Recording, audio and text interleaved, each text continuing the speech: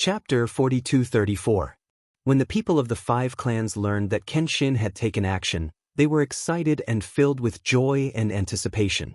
As for Martial Blood Prison and the God Kings and generals under him, their expressions changed drastically. Deep worry and anxiety appeared in their eyes. As God King experts, they obviously knew the power of the sword flashes and lightning pillars. It was not something that Divine Lord Realm soldiers could withstand. If they did not stop it or try to protect the soldiers, thousands of soldiers would be killed in the next moment. At this critical moment, Martial Blood Prison could no longer watch the battle calmly. He decisively waved his palms, producing a sky full of blood-red palm shadows that attacked the sword flashes and lightning pillars. Over 20 God Kings and generals also attacked with all their strength to block the sword flashes and lightning pillars. Bam! Bam! Bam! The divine art shadows that blotted out the sky clashed with the sword flashes and lightning pillars, producing deafening booms as endless divine light shards were sent flying. The array that spanned 20,000 kilometers was completely filled with divine light shards. It was chaotic, making it impossible to see anything clearly. However, it was still possible to hear many God Kings and generals being injured as they let out painful groans and screams. Furthermore, Martial Blood Prison and the God Kings and generals were unable to protect the soldiers under them even when they worked together. They only managed to intercept a small portion of the sword flashes and lightning pillars. Most of the sword flashes and lightning pillars still managed to destroy the divine arts cast by the soldiers and drown them out. With a loud rumble, at least 3,000 soldiers were torn to shreds by the sword flashes and blasted to smithereens by the lightning pillars. After a few seconds of turmoil, the earth-shaking booms gradually came to a stop. Before the array could regain its clarity, before the billions of divine light shards dissipated, the two sides began a second round of battle. And at this moment, Ji Tianxing's 5,000 soldiers did not suffer any casualties, but Martial Blood Prison's 14,000 soldiers only had 11,000 left. In the first clash, Martial Blood Prison had suffered heavy losses. This was an extremely dangerous signal. Not only did it fill the 11,000 soldiers with fear, it also worried Martial Blood Prison and the God Kings and generals. They realized that the array that spanned 20,000 kilometers was just too terrifying. It had completely exceeded their expectations. It was no wonder Song Hetao and the patriarchs of the other 4 clans were so confident and calm. However, no one could understand. Even if the 5 clans worked together, they could not set up such a powerful array. Could it be that there was someone else who set up the array? This thought circled around Martial Blood Prison's mind, and it became more and more intense. The guess in his heart became firmer as he became more and more worried and fearful. The battle was still going on. Ji Tianxing remained invisible while controlling the formation to release divine power and various divine arts to attack the Blood Hell Marshal's army. At the same time, he monitored all the activity on the battlefield to provide assistance at any time. The Blood Prison Marshal and the many God Kings and generals worked together to attack the God King experts of the 5 clans. The 5 clans' God Kings with their numbers were forced to retreat. If it wasn't for Ji Tianxing secretly helping them and stopping the Blood Prison Marshal and the other generals, they wouldn't have been able to hold on. Ji Tianxing's 3,000 Pine Crane disciples and 2,000 captives also unleashed their full combat strength as they attacked the enemy with all their might. The 11,000 soldiers were already suppressed by the array's power and could not unleash much combat strength. They were also attacked by the array and 5,000 soldiers. They suffered greatly as their casualties rapidly increased. At such a dangerous moment, they hoped that Martial Blood Prison and the God Kings could help and protect them. Unfortunately, Martial Blood Prison, the God Kings, and the generals could barely fend for themselves. How could they have the strength to care about them? Under such circumstances, it was obvious what the outcome of the battle would be. The defeat of Martial Blood Prison's side was only a matter of time. Many people were aware of this, but the reactions of both sides were different. Ji Tianxing's soldiers became braver as they fought. Their morale soared and they were in high spirits. This was especially so for the 4 clans' patriarchs and elders. This was the first time they were fighting alongside Kenshin. In the past, They had only heard of how powerful Kenshin was and how he was famous and awe-inspiring. Now that they had seen Kenshin's methods with their own eyes, they knew what it meant to be able to defeat 1,000,000 soldiers alone. They watched as Kenshin secretly attacked and casually cast spells. He beat up Martial Blood Prison and the God Kings until the sky was spinning and the earth was spinning and they were riddled with injuries. The 4 patriarchs were secretly excited and glad. They thought that if the situation continued to develop, it would not be long before Kenshin could take over Yudu and unify the entire Reincarnation Island. On the other side, the soldiers under Martial Blood Prison were suffering severe casualties as their numbers decreased sharply. The soldiers' morale continued to decline, and their fighting spirit became weaker and weaker. There were even many soldiers who kept retreating. It was a pity that the surrounding 20,000 miles were sealed by the array. No matter where they retreated, they could not escape the suppression of the array. They could not escape death in the end. Martial Blood Prison and the 20-odd God Kings and generals were burning with worry. They watched as the soldiers under their command dwindled, but they were anxious and helpless. Half an hour passed. The intense battle lasted for so long before it finally eased up.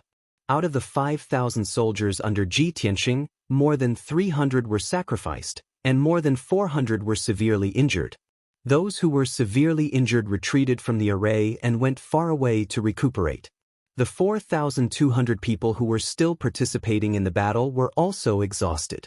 Their divine power was severely depleted.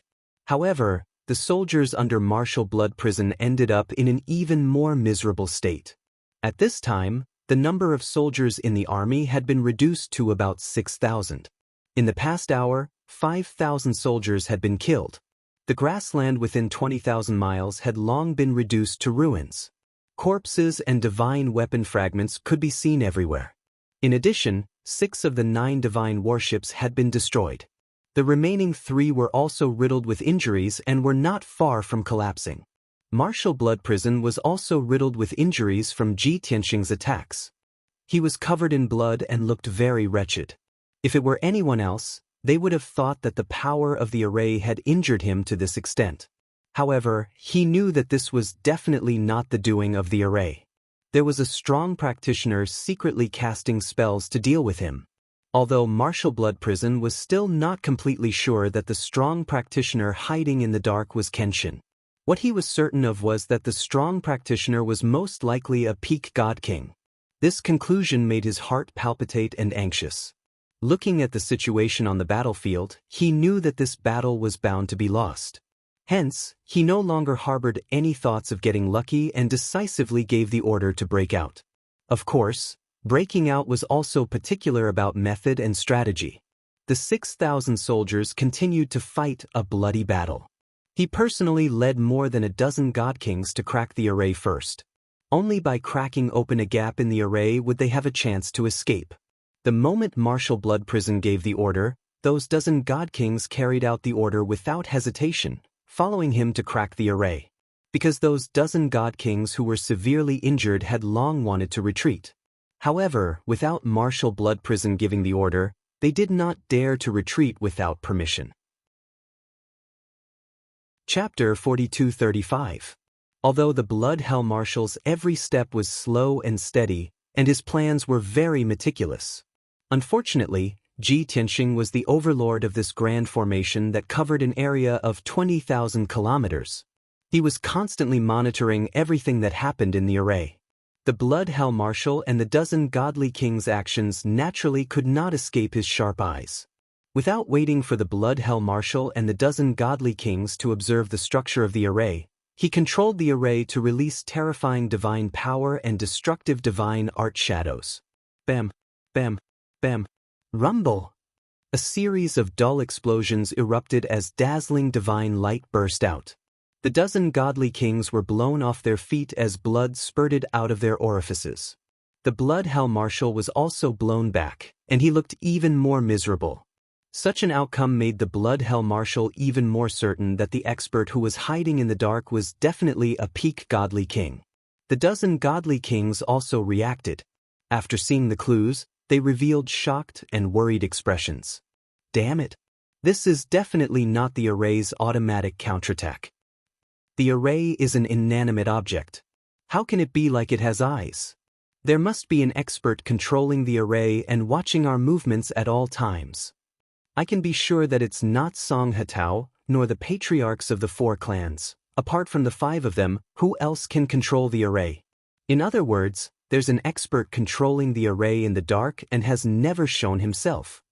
Then who could it be? When everyone guessed this possibility, the same thought involuntarily flashed through their minds. Could it be Kenshin?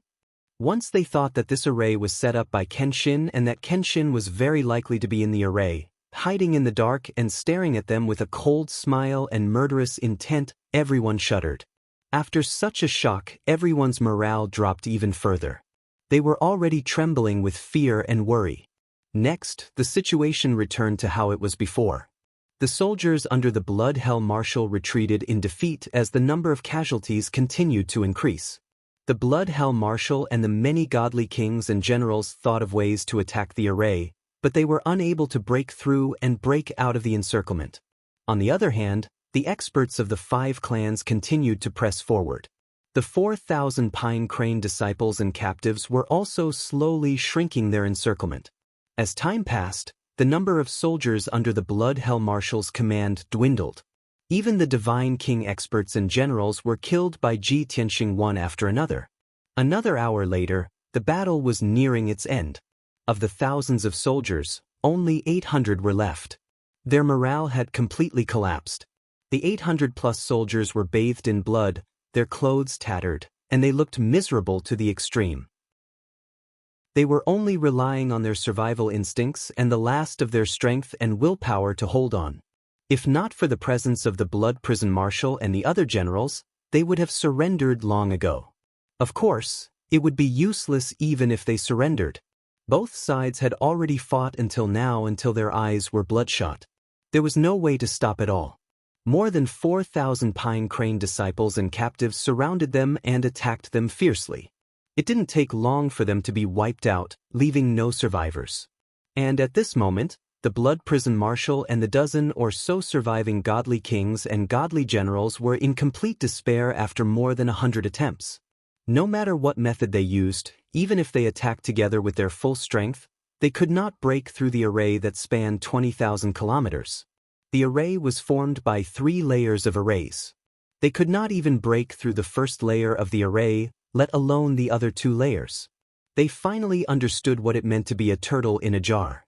Seeing his subordinates being killed, leaving only him and the 14 godly kings and godly generals, the Blood Prison Marshal suddenly fell silent.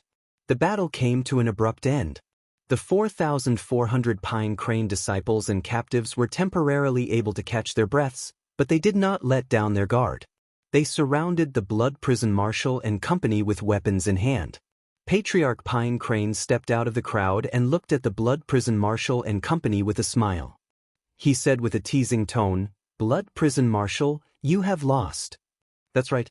The Blood Prison Marshal had suffered a crushing defeat. Defeat in this battle meant death. There was no turning back. The Blood Prison Marshal was surprisingly calm. He did not get angry or roar. His eyes were blood red as he stared coldly at Patriarch Pine Crane. He said with a hoarse voice, "Pine Crane, it's impossible for a trash like you to do all this. Even this great formation is impossible for the trash of your 5 clans to set up. Tell Shui, who is your backer? Is it Kenshin? Did he come to Reincarnation Island long ago? Were the 4 godly generals of Reincarnation and the 8,000 soldiers killed by him? Speak." The Blood Prison Marshal's tone was full of resentment. His body was filled with crazy killing intent. Even the godly generals beside him shuddered. Patriarch Pine Crane was not afraid. He still had a smile on his face. However, he remained silent and did not answer rashly. He seemed to be listening to something. After a while, he smiled and said to the Blood Prison Marshal, "Ha! As expected of the Marshal. You finally found a clue and guessed the answer. Unfortunately, you found out too late. Of course, that Lord is merciful and merciful. He decided to let you die knowing the reason." After that, Patriarch Pine Crane returned to the crowd. He and the other 4 clans' patriarchs and elders all bowed and made a gesture of respectfully inviting the powerhouse to come out. The Blood Prison Marshal and the 14 godly generals and godly kings all widened their eyes. They held their breaths and stared at the night sky. They had guessed that the mastermind behind this battle was Kenshin. However, when Patriarch Pine Crane openly admitted that Kenshin was about to come out, they could not help but feel nervous. Finally, in the dark night sky, a white light suddenly flashed, and a white-robed figure appeared. He stood in the air in front of the 5 patriarchs, facing the Blood Prison Marshal and the 14 godly generals and godly kings alone. At this moment, everyone's eyes were focused on him. What a handsome young man in a white robe. Although he was only standing in the night sky with an indifferent expression, his body exuded a domineering aura that could suppress the world. Not only the 5 clans, but even the Blood Prison Marshal and the 14 godly generals and godly kings were intimidated by his aura and felt a strong sense of reverence in their hearts. At this moment, the Blood Prison Marshal suddenly felt a sense of oppression as if he was facing the god of the underworld. He vaguely felt that Kenshin's strength was not far from the god of the underworlds. This was an extremely important and terrifying piece of news. Kenshin. It really is Kenshin. Ha! Kenshin really came to the Reincarnation Island. No wonder he didn't show his face before. He wanted to catch all the Blood Prison Marshals in one fell swoop. I'm so excited. I never thought that I would be able to see Lord Kenshin in my lifetime. At this moment, more than 2,000 Pine Crane disciples came back to their senses and cheered excitedly. Chapter 4236. Logically speaking, those Pine Crane disciples were all soldiers under the Sword God's command. They shouldn't be so excited to see Kenshin appear. However, Kenshin had never shown his face in public since he came to Reincarnation Island. The only people who had seen his true face were the 5 clan leaders and elders, as well as the captives. However, they had been bound by the heavenly oath and had kept this a secret. The disciples of the Pine Crane race had been guessing whether the mysterious expert who was secretly helping the Pine Crane race was the Sword God. However, they had only guessed and hadn't been able to confirm it. Now that they saw Kenshin appear with their own eyes and confirmed their guesses, how could they not be overjoyed and excited? The Blood Prison Marshal, the 14 divine generals, and divine kings all paled. Their eyes flashed with deep reverence and fear. Their guesses had finally been confirmed. The last bit of hope in their hearts had been completely extinguished. Since the mastermind really was Kenshin, they had no more hope. Next, they shouldn't think about escaping or breaking out of the encirclement. They should think about how to die a quick and dignified death. That was the most important thing. Of course, this was what some divine generals and divine kings thought. The Blood Prison Marshal thought more deeply. His mood was the heaviest and most sorrowful. He stared at Ji Tianxing and sneered bitterly. I didn't expect the reincarnated Kenshin to be even stronger than before. He even learned how to use schemes and schemes. Kenshin, weren't you arrogant and indifferent in the past and disdained to use schemes?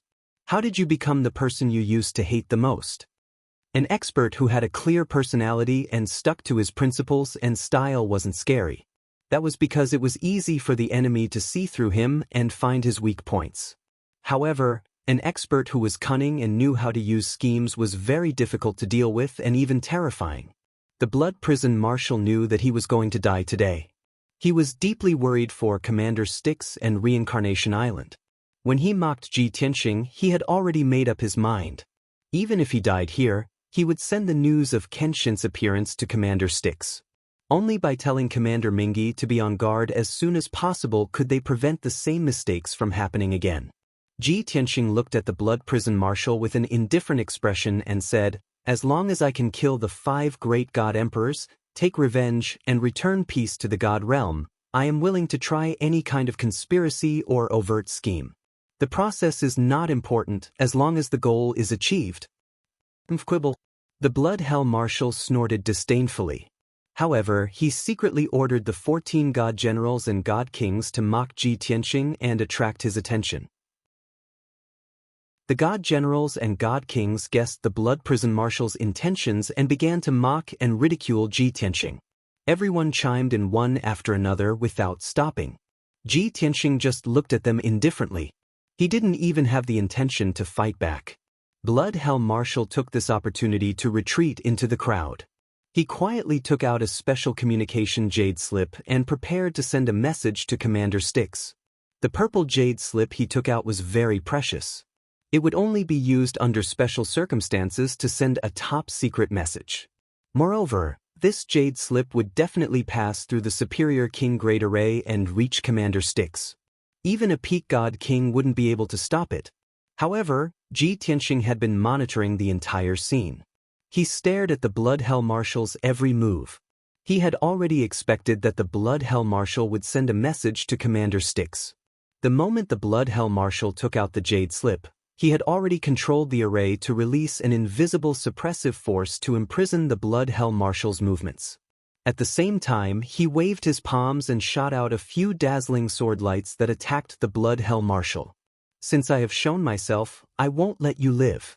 More so, I won't let you spread the news. Blood Prison Marshal, just give up. Swoosh, swoosh, swoosh. The sharp sword lights instantly enveloped the Blood Hell Marshal's figure. The formless heaven-reaching sword intent actually shattered the space around him, turning it into a pitch-black void. The dozen god generals and god kings were only a few hundred feet away from him, but they were no longer in the same space. The Blood Hell Marshal's expression changed drastically.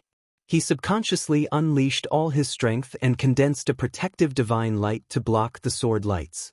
At the same time, he entered information into the jade slip as fast as he could. Time was too tight. He only had time to say, "Kenshin is here," before he was struck by the sword lights. Bam, bam, bam. Amidst the deafening noise, the Blood Hell Marshal's protective divine light collapsed on the spot. Countless divine light fragments splattered out. Immediately after, his divine body was also minced into several pieces by the sword lights. Blood splattered everywhere. The special jade slip in his hand was also shattered into pieces by the sword light and scattered in the void. Ji Tianxing only used one move to destroy the Blood Hell Marshal's jade slip and his divine body. The Blood Hell Marshal's remaining godhead floated in the shattered void. The 14 divine generals and divine kings widened their eyes at this sight. They were filled with extreme fright. They never expected Kenshin to be so powerful. The extremely noble and powerful Blood Hell Marshal in their eyes was actually so weak that he was insta-killed by Kenshin. On the other side, the disciples of the 5 clans cheered excitedly. They became even more excited and admired Kenshin even more. Ji Tianxing shot out another sword light. It passed through the pitch-black void rift and accurately hit the Blood Hell Marshal's godhead. Crack! With a crisp explosion, the Blood Hell Marshal's godhead exploded into more than a dozen fragments. Ji Tianxing waved his hand again and shot out a divine light. He captured the Blood Hell Marshal's godhead fragments and successfully kept them. Only then did the 14 god generals and god kings react. Everyone let out anxious exclamations and turned to flee as fast as they could. This was purely an instinctive reaction. Even though they knew that they could not escape the suppression of the array, they still wanted to get as far away from Ji Tianxing as possible. Of course, these were all futile actions. Ji Tianxing waved his hand again and shot out a few sword lights and dragon elephant divine fist at the few god generals. The patriarchs and elders of the 5 clans also let out battle cries and cast spells to surround and attack. Bam, bam, bam. Rumble! Dazzling divine arts lit up again. All kinds of divine powers and ultimate skills filled the night sky again. The 14 godly generals and godly kings did not even have a chance to resist.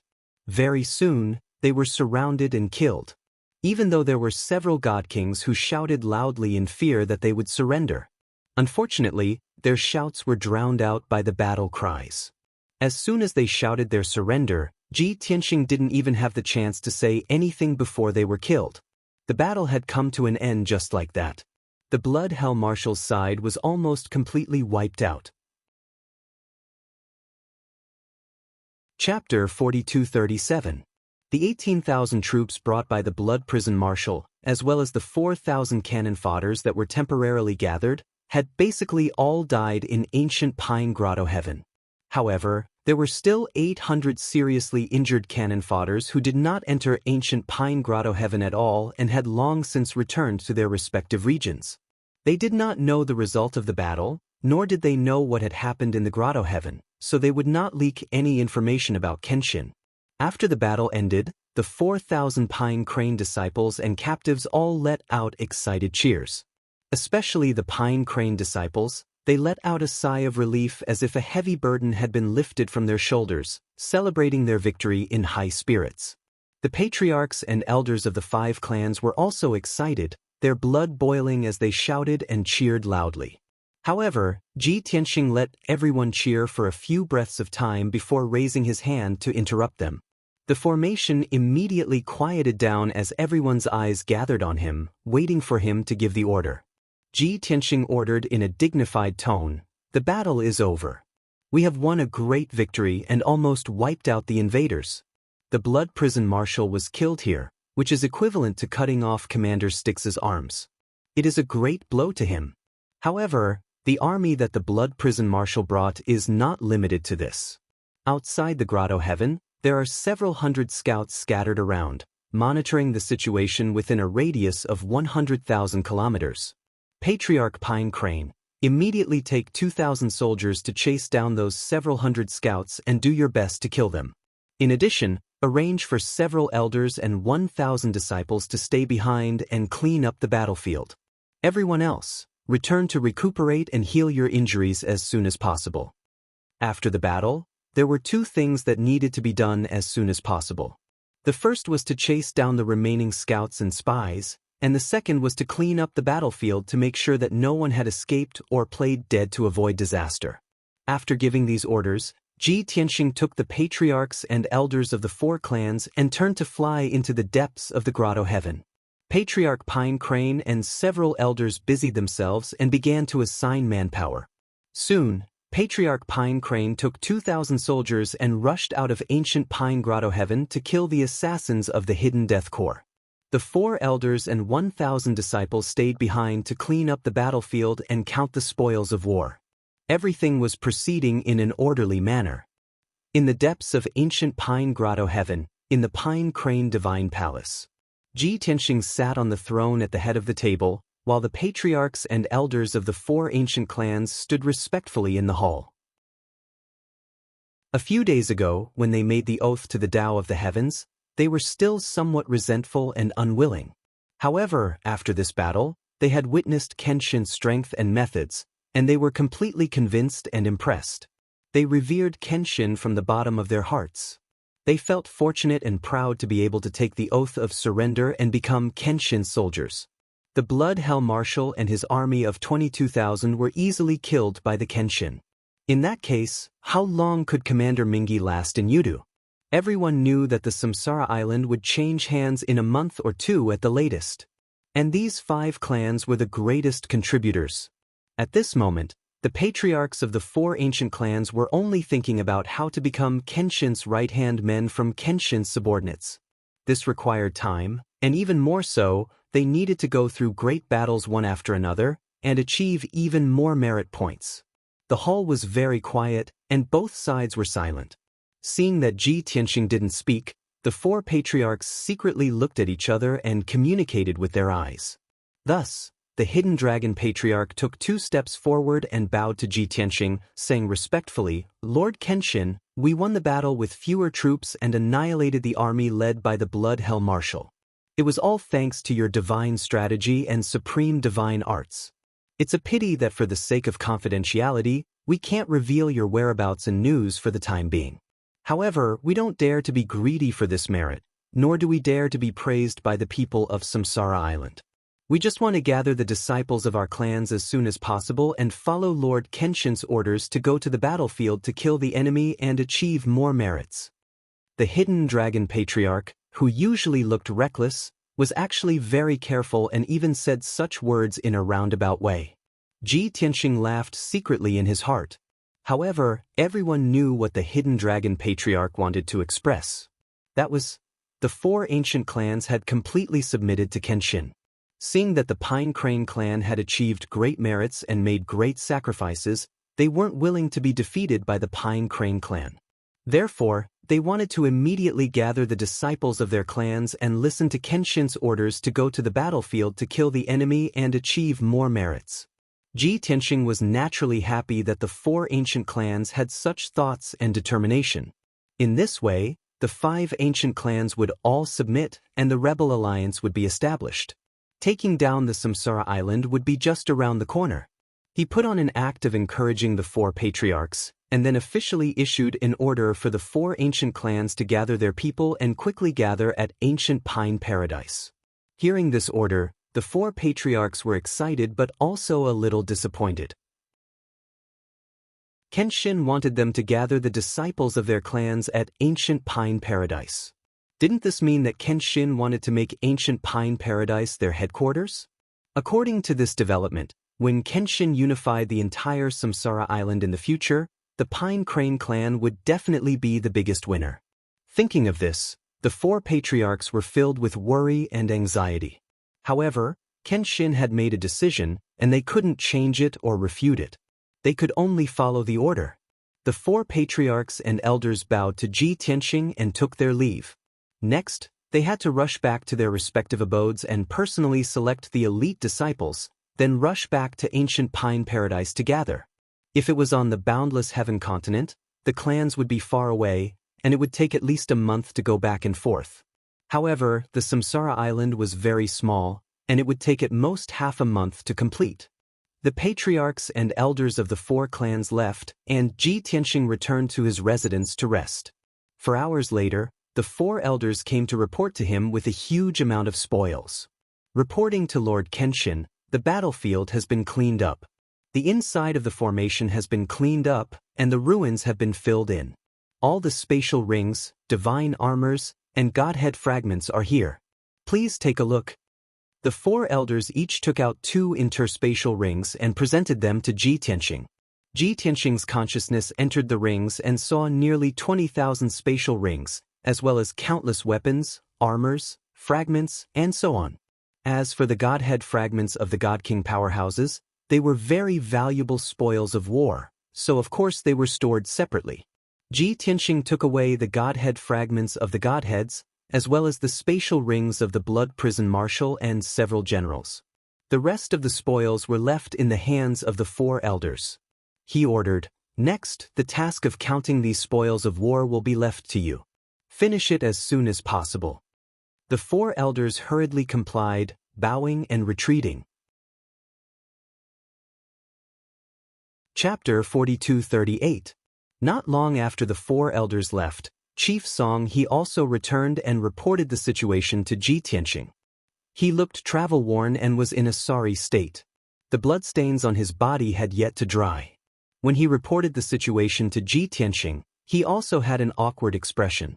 Reporting to Lord Kenshin, "I've found out that there are close to 500 scouts and spies within a radius of 100,000 miles outside the Grotto Heaven.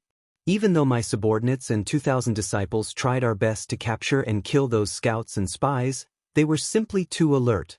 When they saw that the situation wasn't good, they scattered and escaped.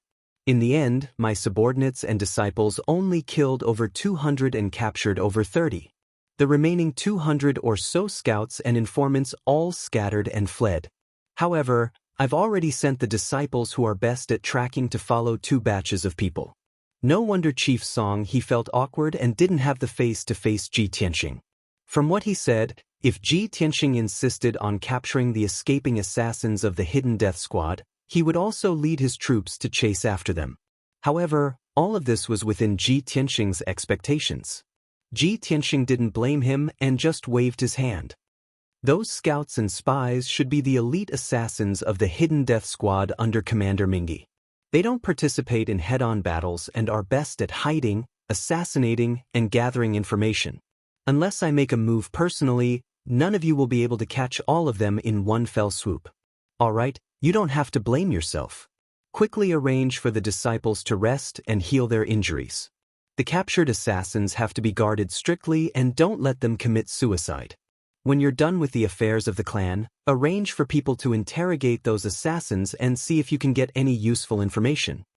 Chief Song he was still worried and hesitated for a moment before asking, but, Lord Kenshin, those assassins of the Hidden Death Squad might leak the information if they escape back to Yudu.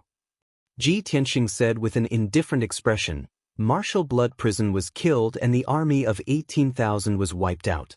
This news was supposed to be released so that the entire Reincarnation Island would know. Other than that, what information could those assassins of the Hidden Death Squad leak? They did not enter the ancient Pine Paradise, nor did they enter the Great Array, so they did not see me. Seeing that Ji Tianxing did not mind this matter and that what he said made sense, Patriarch Song he felt relieved and relaxed. He bowed to Ji Tianxing, then took his leave. Next, he not only had to arrange for the injured soldiers to go back and treat their wounds, but he also had to send people to watch over the captives and interrogate them with torture. Most importantly, ancient Pine Paradise's great defensive array had been blasted open by the Blood Hell Marshal's army. It had to be repaired as soon as possible. In order to repair the formation, Patriarch Song he had to do it himself. Many elders, deacons, and disciples had to work together. In everyone's opinion, the Kenshin side had obtained a complete victory in this battle, wiping out the Blood Hell Marshal's army. As the main force, the Pine Crane race naturally achieved the greatest merit and obtained the greatest honor.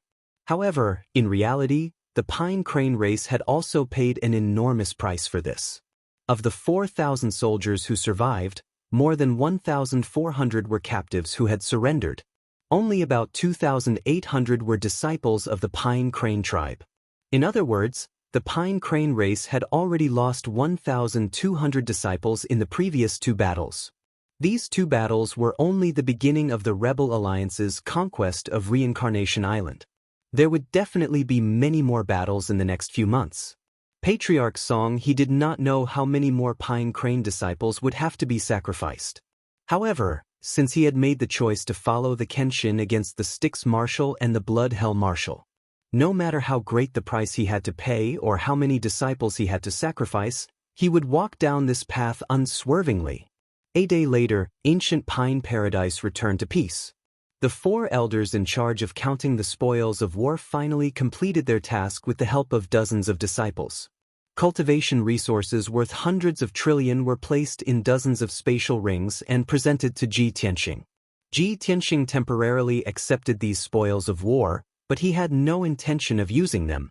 He planned to keep these spoils of war and distribute them to the 5 clans according to their merits after the battle.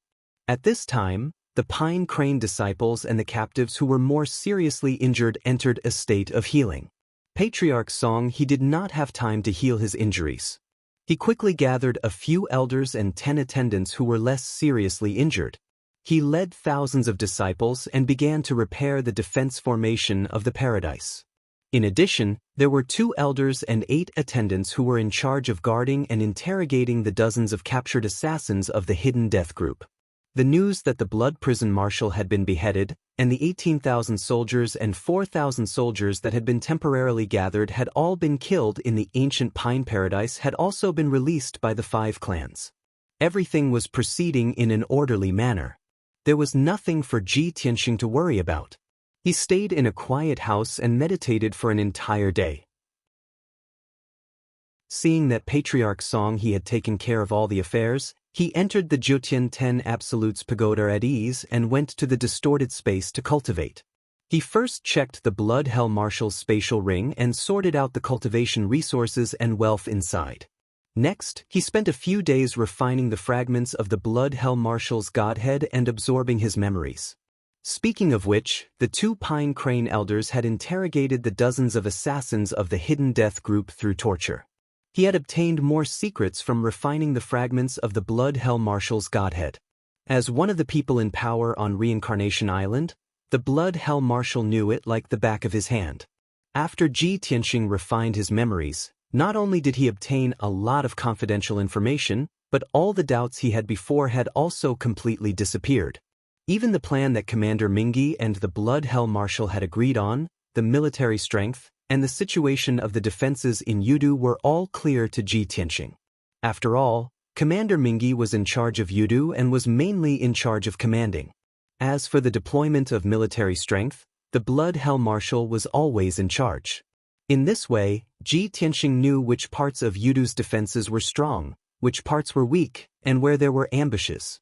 Other than that, he also knew some secrets about the god of the underworld through the Blood Hell Marshal's memories.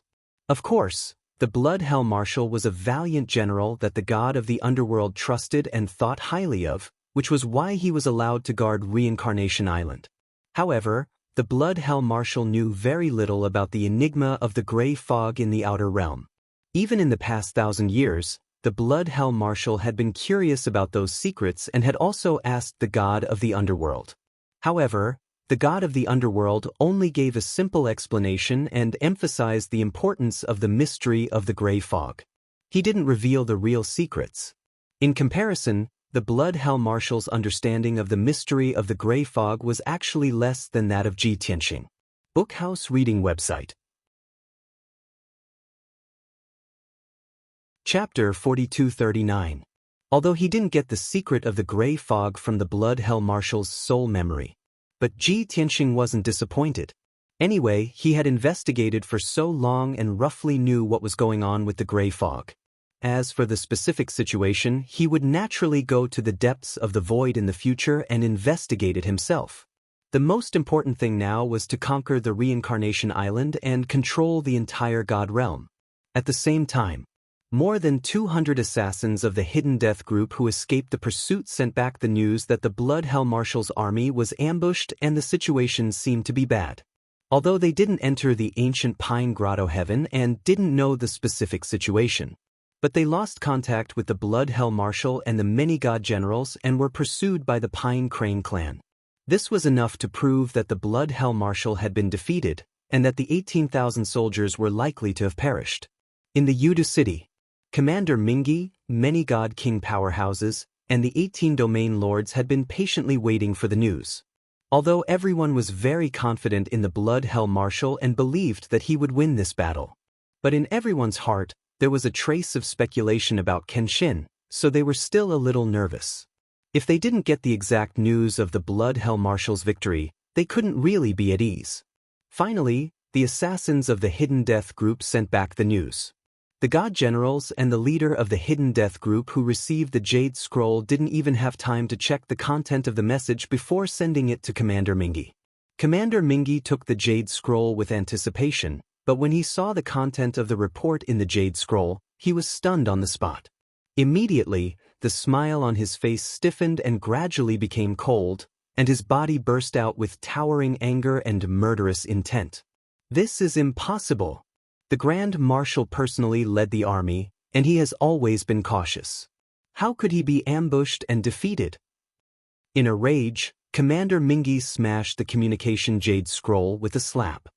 He was so angry that his face turned black and his body was trembling. The leader of the Hidden Death group and several god generals were also dumbfounded. They all widened their eyes in horror and couldn't believe the news. Commander Dark River had smashed the transmission slip, but the transmission slip had been shattered. But more than 200 assassins of the Hidden Death group scattered and fled, and many of them sent back messages to report the battle situation. As a result, in the next hour, the leader of the Hidden Death group received dozens of communication Jade Scrolls. The contents of each Jade slip were roughly the same. As such, the commander of the Secret Killer Alliance, the godly generals, godly kings, and domain lords had no choice but to accept this cruel reality. For a moment, the huge conference hall was filled with a heavy and oppressive atmosphere. Everyone's heart was heavy. Commander Styx was silent for a long time. It wasn't until 2 hours later that he gradually suppressed his anger and killing intent, and his emotions calmed down. Immediately try to contact the Grand Marshal and those soldiers. We must find out the truth. Not only do we need to know the outcome of the battle, we also need to know how many of the Grand Marshal's subordinates survived. Commander Mingyi gave the order in a cold and deep voice. Those god generals and domain leaders hurriedly bowed and said, "Yes, sir." At this time, everyone remained silent and respectful. No one dared to offend him. Commander Styx paused for a moment before continuing, Even if the 5 ancient clans come out in full force, there's nothing to fear. No matter what kind of traps and ambushes they set up, it was impossible for them to defeat the Grand Marshal and his 18,000-strong army. Even if we don't want to admit it, the truth is already very clear. That damned bastard has probably already arrived at Reincarnation Island and is secretly helping the Pine Crane clan. He is the only one who can defeat the Grand Marshal. Although Commander Mingi didn't mention that expert's name, all the godly kings in the conference hall knew that he was talking about Kenshin. Since even Commander Mingi had to admit that it was very likely that Kenshin had already arrived, everyone's mood became even worse. The same thought flashed through everyone's mind. Kenshin is here. It's over. What should we do? The Grand Marshal has already been defeated. How can we stop Kenshin? Commander Mingi obviously had a headache over this problem as well, and he couldn't think of a solution. He didn't say anything else. He only watched the godly kings and ordered them to keep this a secret so as to not affect the morale of the army. Then he waved his hand, indicating for everyone to leave. The godly kings, generals, and domain lords all bowed and left the conference hall. In the next few hours, all the god kings and generals hurried to Commander Styx's study to report the situation. As a result, all 18,000 soldiers, including Marshal Bloodprison, had lost contact with them. Furthermore, the generals had also gone to the psychic hall to check. The divine soul jade tablets of the Blood Prison Marshal and the divine generals were all shattered. The facts proved that the Blood Prison Marshal and the few divine generals had already perished, their bodies and souls destroyed. Since the Blood Prison Marshal and several divine generals had fallen, the 18,000 soldiers must have been killed as well. After confirming the results, Commander Styx was so angry that he almost vomited blood. His face twisted with rage. The worry and fear in the hearts of the god kings and generals grew heavier and heavier. Even though Yudu had tens of thousands of soldiers protecting it, making it impregnable, Qin Mu was still able to protect it. However, the god kings and generals still felt a chill run down their backs. They did not feel safe at all. After an entire night, the enraged Commander Styx finally calmed down.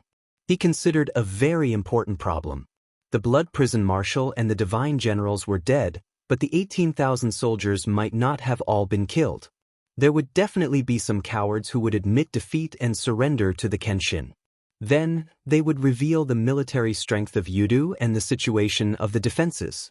Therefore, the most important thing now was to adjust the military strength of Yudu and strengthen the patrols. Thus, Commander Styx pulled himself together and gathered the various divine generals and domain lords for a discussion. After 2 hours of discussion, Commander Styx adjusted the previous defense deployment and set up more large formations at all costs to increase the defense power of Yudu City. In the blink of an eye, 5 days passed.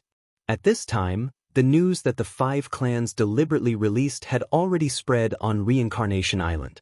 Not only the various factions, but the empires and divine kingdoms of the 18 domains also knew that the Blood Prison Marshal had been killed and that the 18,000 soldiers had all been wiped out.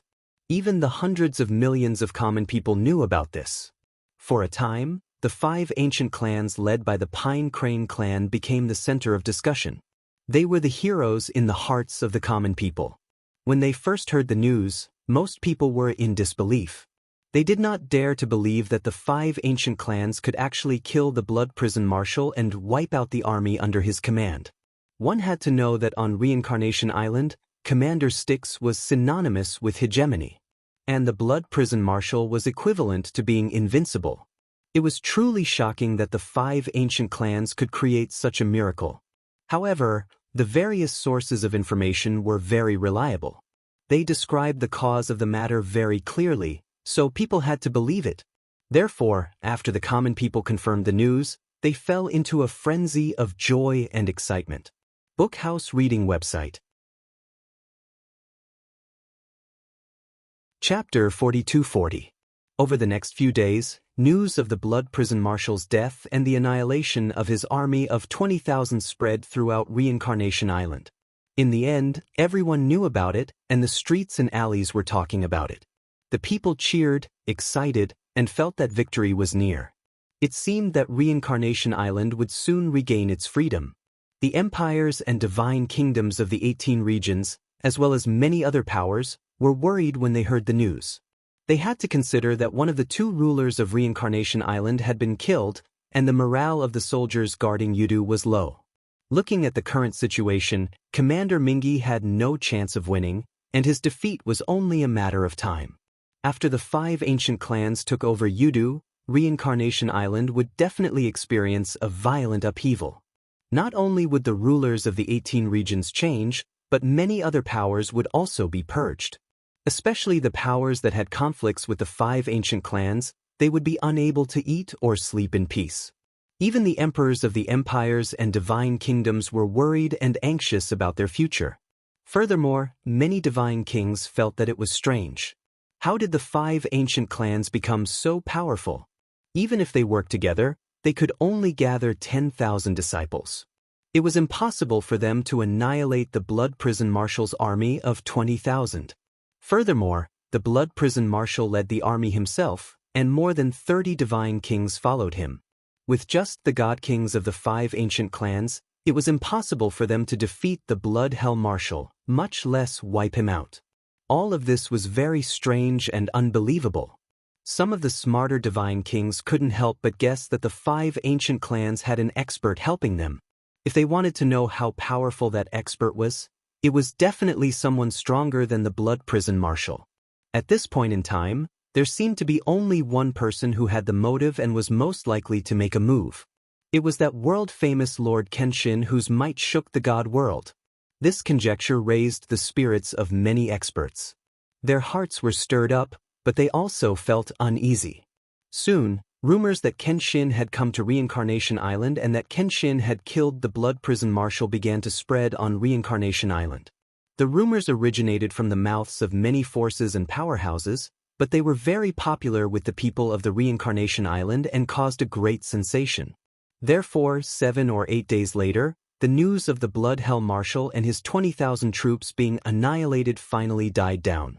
However, rumors about the Kenshin caused an uproar on the Reincarnation Island again.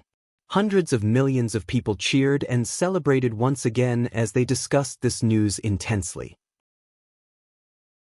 Almost everyone had heard of the Kenshin's name and legendary deeds, and more than 90% of the people were eager and looking forward to the arrival of the Kenshin.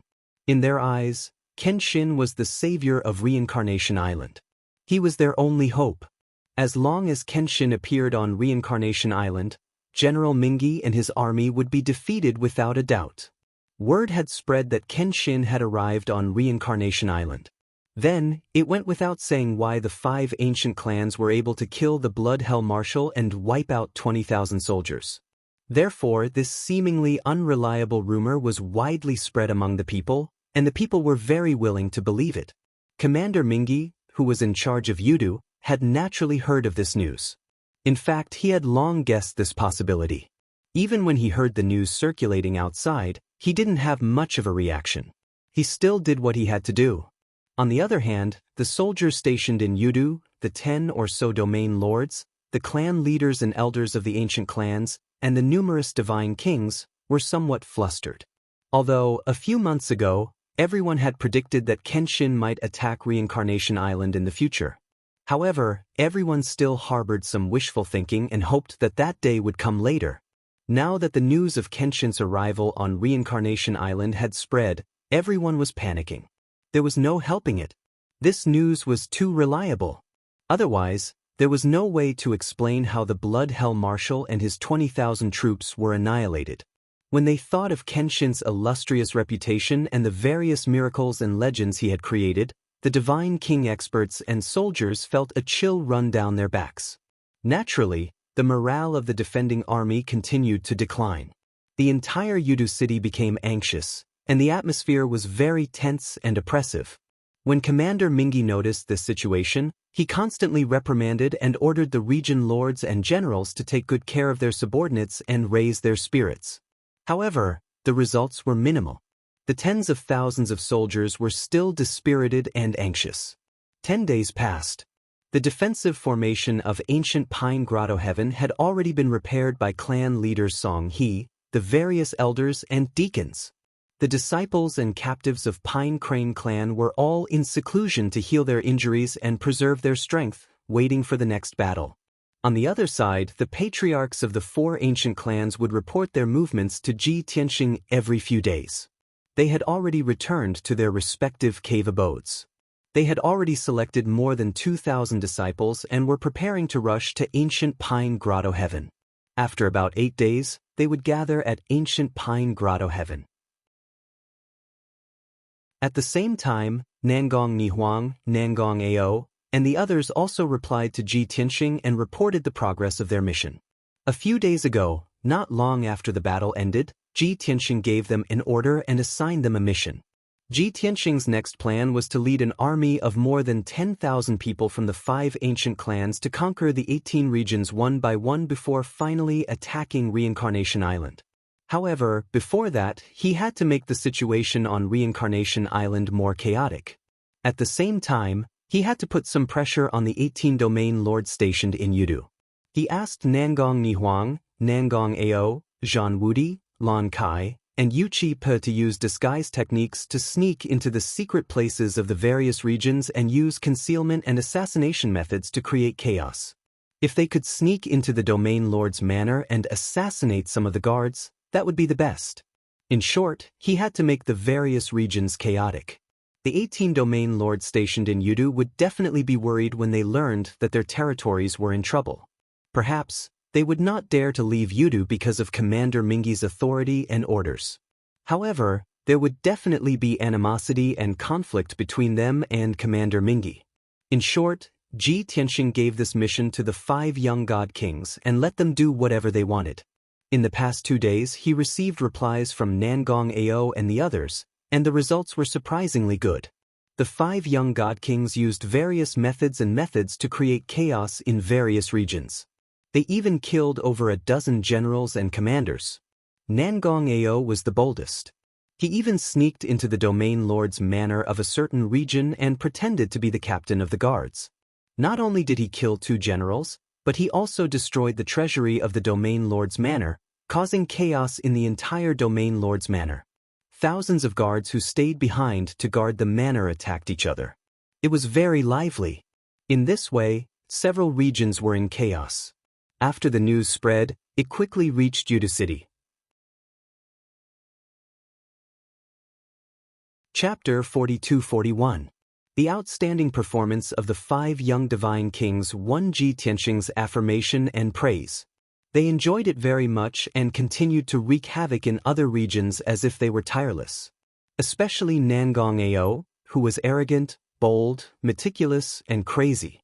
He used all kinds of ingenious ideas and methods to wreak havoc in other domain chiefs' mansions. A few days later, riots broke out in a few more regions.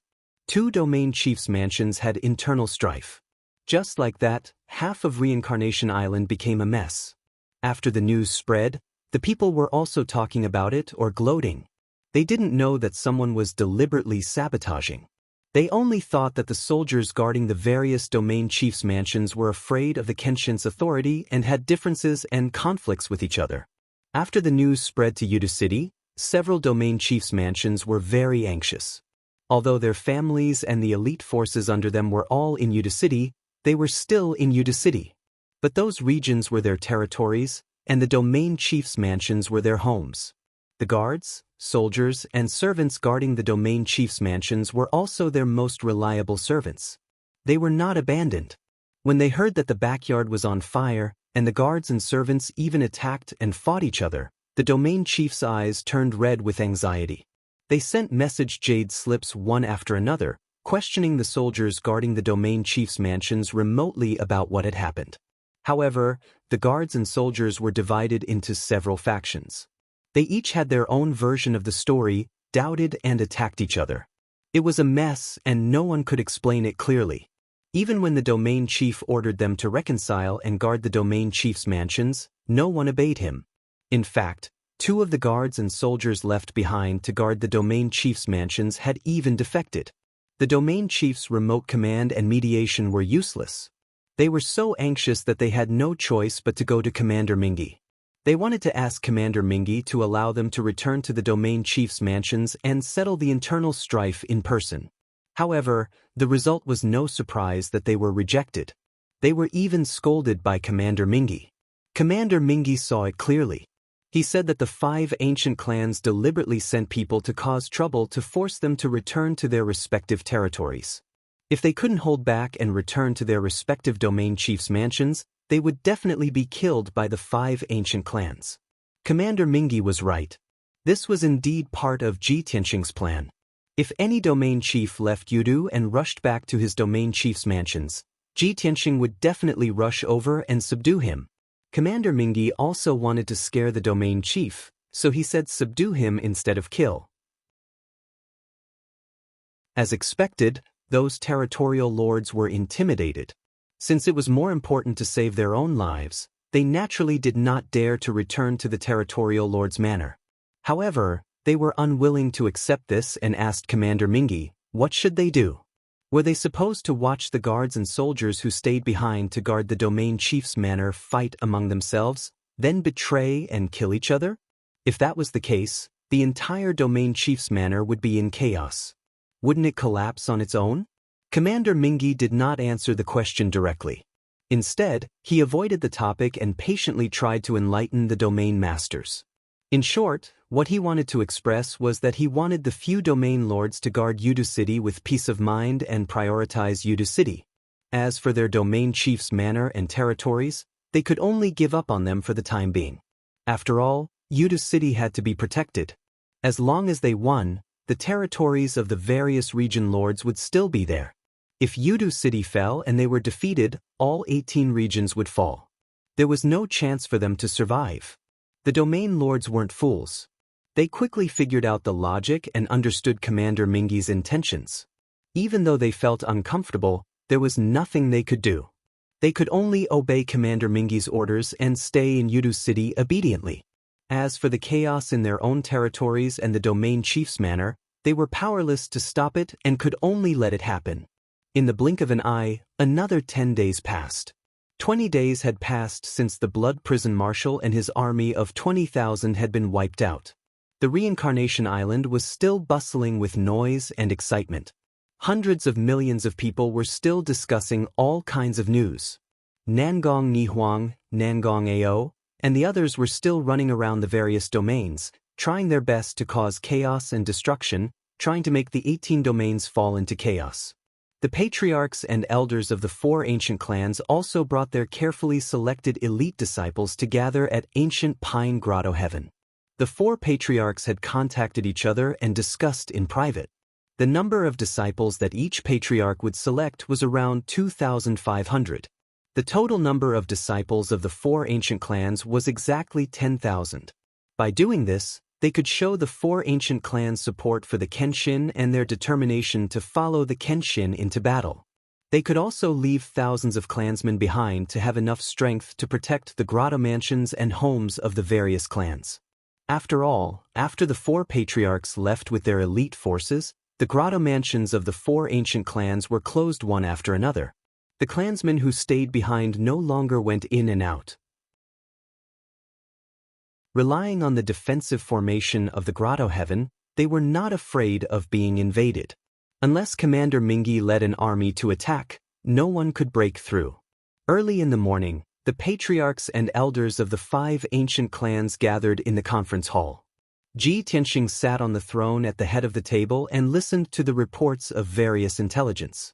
He was quite satisfied with the efficiency and determination of the 4 ancient clans. After reporting the news, the patriarchs of the 4 ancient clans all asked Ji Tianxing to go to war. They couldn't wait to participate in the battle and make a name for themselves. Therefore, Ji Tianxing said to everyone, "The time is ripe. Our military strength is sufficient, and the public opinion and reputation of the people have also reached the peak. Now is the time when our rebel alliance's reputation is at its peak. Of course, it is the best time to go to war. Patriarch Pine Crane, choose 1,000 disciples today and prepare to follow the army." Since the 4 ancient clans had sent out 2,500 people, the Pine Crane race naturally had to send out the same number of people. However, There were still about 1,500 captives who had pledged loyalty to Ji Tianxing. After recuperating, they had recovered more than half of their combat strength. Therefore, the Pine Crane race only needed to send out 1,000 disciples. Patriarch Pine Crane also understood that this was the Kenshin taking care of the Pine Crane race. He was very grateful and hurriedly bowed to accept the order. Then Ji Tianxing said to everyone, "The number of soldiers that can be mobilized under our alliance will reach 12,500 people. It is more than enough to conquer the various domains. After all, the domain lords and elite forces of the 18 domains have already gathered in Yudu City. Therefore, I have decided to split into 2 groups and conquer the 18 domains as quickly as possible. Clear out all the domain lord manors, disband the forces under the domain lords, and seal the 18 domain lord manors." Considering that the 18 domain lords were in Yudu City and the various domain lord manors were leaderless and could not be conquered, Ji Tianxing gave this order. However, the patriarchs were all tempted. Someone could not help but suggest, "Lord Kenshin, the 18 domain lords will die sooner or later. Why don't we conquer the various domains, occupy the domain lord manors, and choose a new domain lord?" Bookhouse Reading Website. Chapter 42-42. Everyone was well aware of the intentions of those few patriarchs. They wanted to take advantage of this opportunity to divide the 18 districts of the Reincarnation Island and take control of them. After all, there were only 5 of them under the command of the Kenshin. The new domain lord would definitely be chosen from among them. Other than this, there was no better choice. The chiefs were looking forward to it, thinking that they would get what they wanted. Unexpectedly, Ji Tianxing decisively rejected this proposal. "There are still tens of thousands of soldiers guarding the Yudu City. We only have 12,500 people, which is already pitifully small. If we occupy the 18 district masters' manors, we will definitely spread out more power. At that time, I will take a few thousand people to attack the Yudu City. Do you want me to let a few thousand soldiers face tens of thousands of enemies? The war has just begun, and the outcome is still unknown. Please put away your little thoughts." Ji Tianxing didn't give any face to the patriarchs and directly exposed their thoughts. Immediately, the patriarchs' faces were filled with awkwardness as they retreated with embarrassed smiles. Next, Ji Tianxing announced the decision to divide the troops. He would personally lead an army to surround the 9 regions around Yudu City, conquering and clearing them one by one. This army was composed of the Hidden Dragon tribe of the Yinlong domain and the Kuei tribe of the Kuei Mountain domain, totaling 5,000 people. The other army was led by Pine Crane tribe, Quicksand tribe, and Fang tribe. The 7,500 soldiers were led by Pine Crane tribe, Quicksand tribe, and Fang tribe.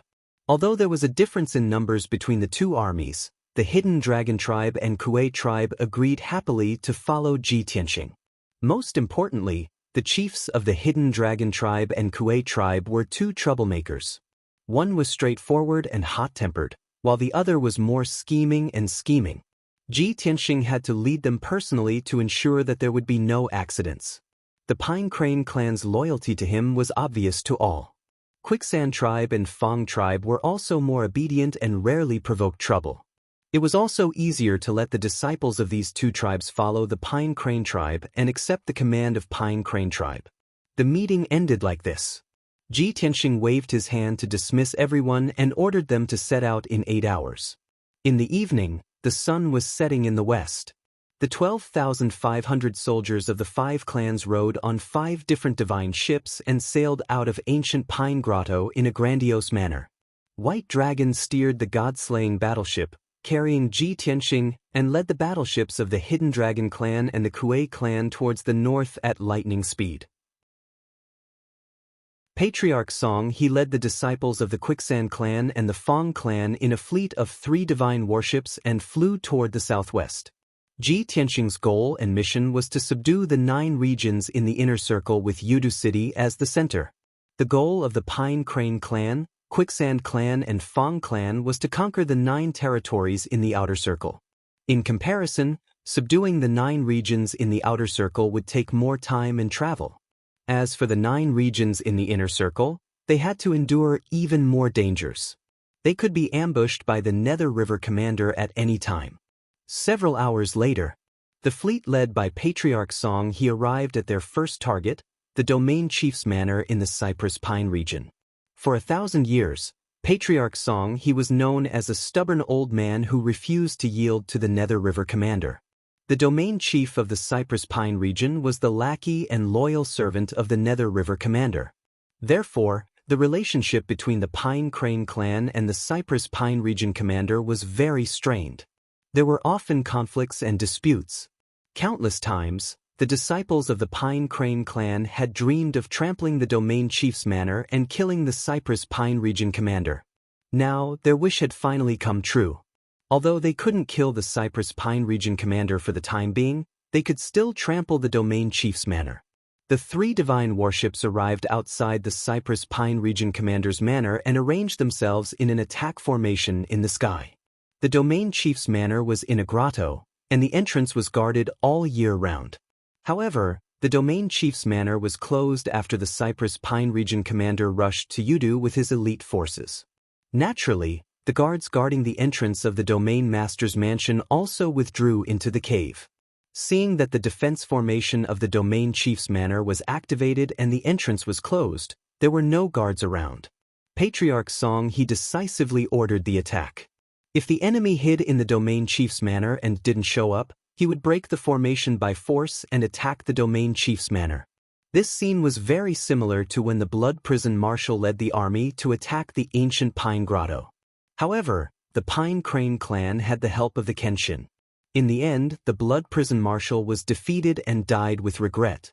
However, there were no strong practitioners in the Cypress Pine region commander's manor.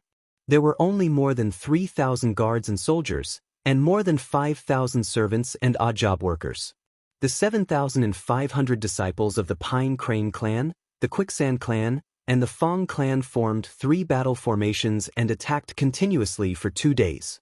The 3 warships also joined the battle and spent billions of resources to bombard the entrance of the grotto. Even though the guards and soldiers who stayed behind to guard the Domain Chief's manor desperately resisted and defended with all their might. However, after 2 days, the defense formation of the grotto was still breached. Patriarch Song he led more than 7,000 soldiers into the Domain Chief's manor with murderous intent and started a massacre. The 3,000 guards and soldiers guarding the Domain Chief's manor resisted with all their might for 4 hours before they were utterly defeated. More than half of them were killed or injured. The survivors surrendered one after another, and thousands of servants and odd job workers fled in panic. Patriarch Song he followed Ji Tianxing's decree and orders and did not kill the surrendered guards and servants. He took out a jade slip in front of everyone and showed the captives a simple pledge of surrender, forcing them to read it out loud. The pledge was only a little more than 100 words. The general idea was that the captives would no longer fight against the Kenshin and the forces under their command. They would immediately leave the Domain Chief's manor and stop helping the tyrants. If the captives could abide by the pledge, they would be safe. However, if they dared to do anything that endangered the Kenshin or disobeyed the Kenshin's decree, they would be punished by the heavens and die. The heavenly oath was very simple and clear. It was not harsh. Most importantly, the oath did not require the captives to become Kenshin soldiers and go to the battlefield to kill the enemy. Therefore, more than 1,000 guards and soldiers, and more than 5,000 servants and odd job workers all recited the heavenly oath.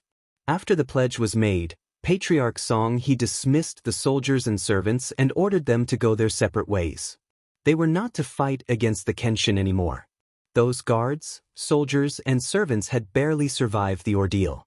Naturally, they hurriedly fled from the Domain Chief's manor and went back to their own homes to look for their mothers. No one risked being struck by the heavenly lightning and rushed to Udu City to look for their Domain Chief. They only hoped to be as far away from the disaster as possible so that they would not be implicated. Half a day later, the Pine Cypress Domain Chief's manor was emptied. All the wealth and resources were confiscated. Patriarch Song he then led the soldiers to seal the entrance of the grotto heaven with array formation skills. After that, he led the fleet to the next area. Chapter 42-43. The army led by Patriarch Pine Crane had a smooth journey, and they advanced triumphantly. Ji Tianxing led the Hidden Dragon tribe and the Kuei tribe to their first target. The domain chief's manor was also closed. 4,000 guards, 5,000 servants, and odd-job workers stayed in the manor, living in fear every day. It only took Ji Tianxing 15 minutes to break through the domain chief's mansion's defensive formation. Then, it took him another 2 hours to break the king-level upper-grade formation, creating a huge gap in it. Even though the guards in the manor noticed something was wrong and came to stop them in time, they couldn't do anything. However, they were unable to stop the 5,000-strong army that was brimming with killing intent. As soon as they came face to face, they were beaten to a pulp and fled in all directions. In the end, the remaining guards, servants, and odd-job workers were surrounded by Ji Tianxing and his army. Ji Tianxing didn't hide anymore. He showed up in the open, frightening the guards and servants.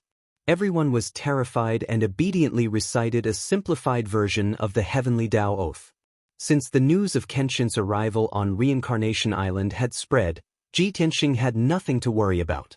The news of the 4 ancient clans gathering their disciples and rushing to ancient Pine Cave from all directions had spread to Yudu. It was proven that the 4 ancient clans hadn't participated in the previous 2 battles, and it was all thanks to the Pine Crane tribe. Since the Pine Crane tribe couldn't have done it, the only answer was Kenshin had taken action. The people on Reincarnation Island believed that Kenshin had come. Commander Mingi and his soldiers also had enough evidence to prove that Kenshin had taken action. Since the truth was out, Ji Tianxing didn't have to hide his whereabouts anymore.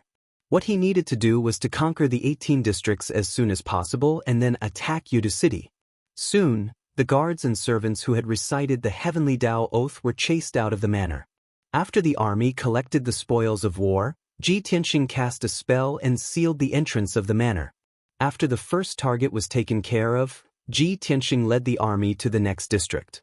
In just 2 days, the news spread all over the Reincarnation Island. Everyone knew that the 5 ancient clans were loyal to the Kenshin and formed the Rebel Alliance. There were more than 12,000 soldiers in total. These soldiers were divided into 2 groups and were conquering various regions. So far, 2 of the domain chief's mansions had been sealed. The guards and servants guarding the domain chief's manor were all driven out and dismissed. After the news spread, millions of people cheered in joy, extremely excited and moved. They were excited not only because the news of Kenshin's arrival on Reincarnation Island was confirmed. More importantly, the Sword God had finally led his troops into battle and began to subdue the various regions. Even though the 18 Zone Lords were hiding in Yudu City and Kenshin was temporarily unable to subdue them, he couldn't order them to restore the freedom of the people. But the people knew that they were not far from freedom and liberation. The 18 Zone Lords were not there, and the defense of the domain chief's manor was also very weak. It was impossible for them to resist the army under Kenshin. The commoners were looking forward to it. In at most 2 months, Sword God would be able to lead his army to attack Yudu City. On the other side, Commander Mingi and many soldiers in Yudu City also received the news. Commander Mingi was, of course, full of anger, anxiety, and worry. The morale of the tens of thousands of soldiers was even lower, and they were quite flustered. Countless people were discussing this matter, and they were somewhat at a loss. This time, no matter how strict Commander Mingi's orders were, the soldiers were not allowed to talk or run away, but it was useless. Not only were the ordinary soldiers on tenterhooks, but many of the generals were also burning with anxiety. The entire Yudu City was filled with a heavy, oppressive, and desperate atmosphere. It seemed that the morale would collapse and chaos would occur even before the arrival of the Kenshin army. Time passed day after day. One district after another was conquered by the 2 armies of the Rebel Alliance. The Rebel Alliance also cleared the guards and servants of the various domain chiefs' manors, and then sealed the entrances and exits. As for the guards and servants of the domain chief's manor who were dismissed, they were forced to swear an oath to the Heavenly Dao that they would not fight against the Rebel Alliance again, let alone endanger the interests of the Kenshin. Although there were very few guards and servants who were very loyal to their masters. After being chased out of the domain chief's manor, they rushed to Yudu to seek refuge with their masters or inform them.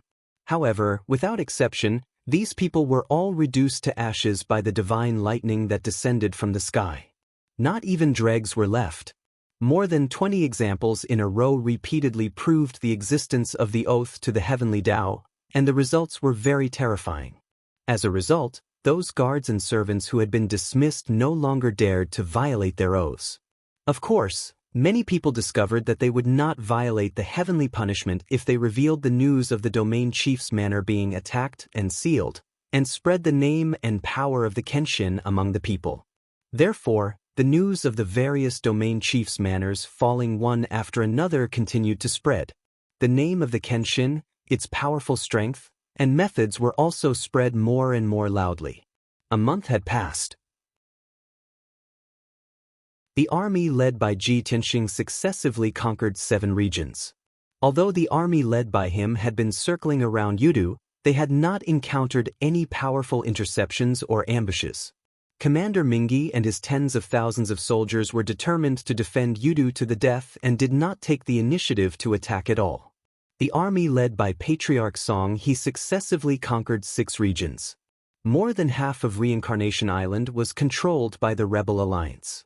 The domain chiefs' manors of the 13 regions were cleared.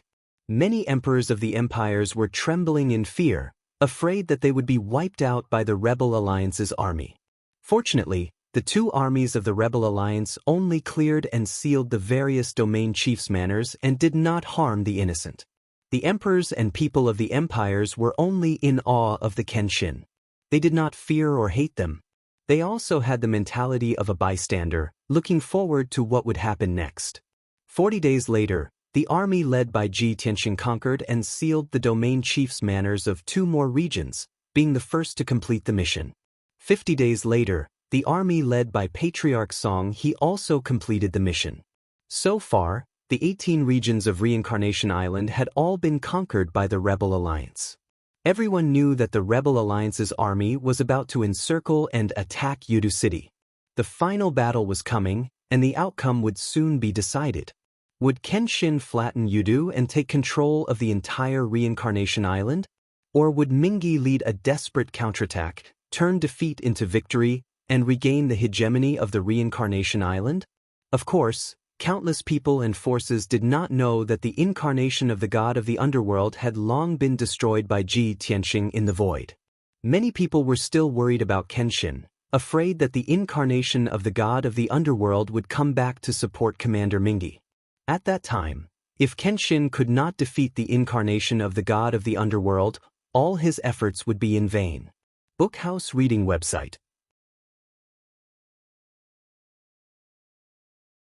Chapter 42-44. Ji Tianxing led the Hidden Dragon tribe and the Kuei tribe to the south gate of Yudu City after sealing the 9 regions in the inner circle. However, the 3 divine warships stopped 200,000 miles away from the southern city gate, resting and waiting quietly. Yudu City wasn't big, but it was surrounded by the river of black water. It was also surrounded by poisonous fog. Over the past half a year, Commander Mingi and the Blood Hell Marshal had thought of all sorts of ways to strengthen the defenses of Yudu City. On top of the Black River and poisonous fog, Commander Mingi had also mobilized tens of thousands of soldiers to set up 6 layers of formations and thousands of traps outside the city. The city walls of Yudu City, which were 1,000 feet tall, had also closed all the entrances and exits. They were heavily guarded, and there was a sentry every 5 and 10 steps. The city protecting formation and the 6 layers of heaven and earth formation outside the city were constantly in operation, and huge amounts of cultivation resources were expended every day. However, Commander Mingi had been in charge of Reincarnation Island for close to 1,000 years, and he had plundered countless cultivation resources. No matter how much energy was expended to maintain the defenses of Yudu City, the cultivation resources stored in the treasury were enough to last for more than 100 years. When the news of the Domain Lord Manor of the 18 regions being attacked and sealed by the Rebel Alliance reached Yudu City, Commander Mingi knew that the time to decide his fate had arrived. He gathered the 18 Domain Lords, Generals, and God Kings for a meeting in the middle of the night. He told everyone to be on their guard and be prepared for battle. Even though the domain lords, generals, and god kings were terrified, and the morale of the tens of thousands of soldiers was low. However, they knew that the Kenshin and the Rebel Alliance wouldn't let them off just because of their passive attitude. When the Kenshin led the Rebel Alliance to attack Yudu City, they would be the first to be killed. Therefore, the domain lords, generals, and god kings pulled themselves together and showed their most resolute determination to command the soldiers to resist to the end.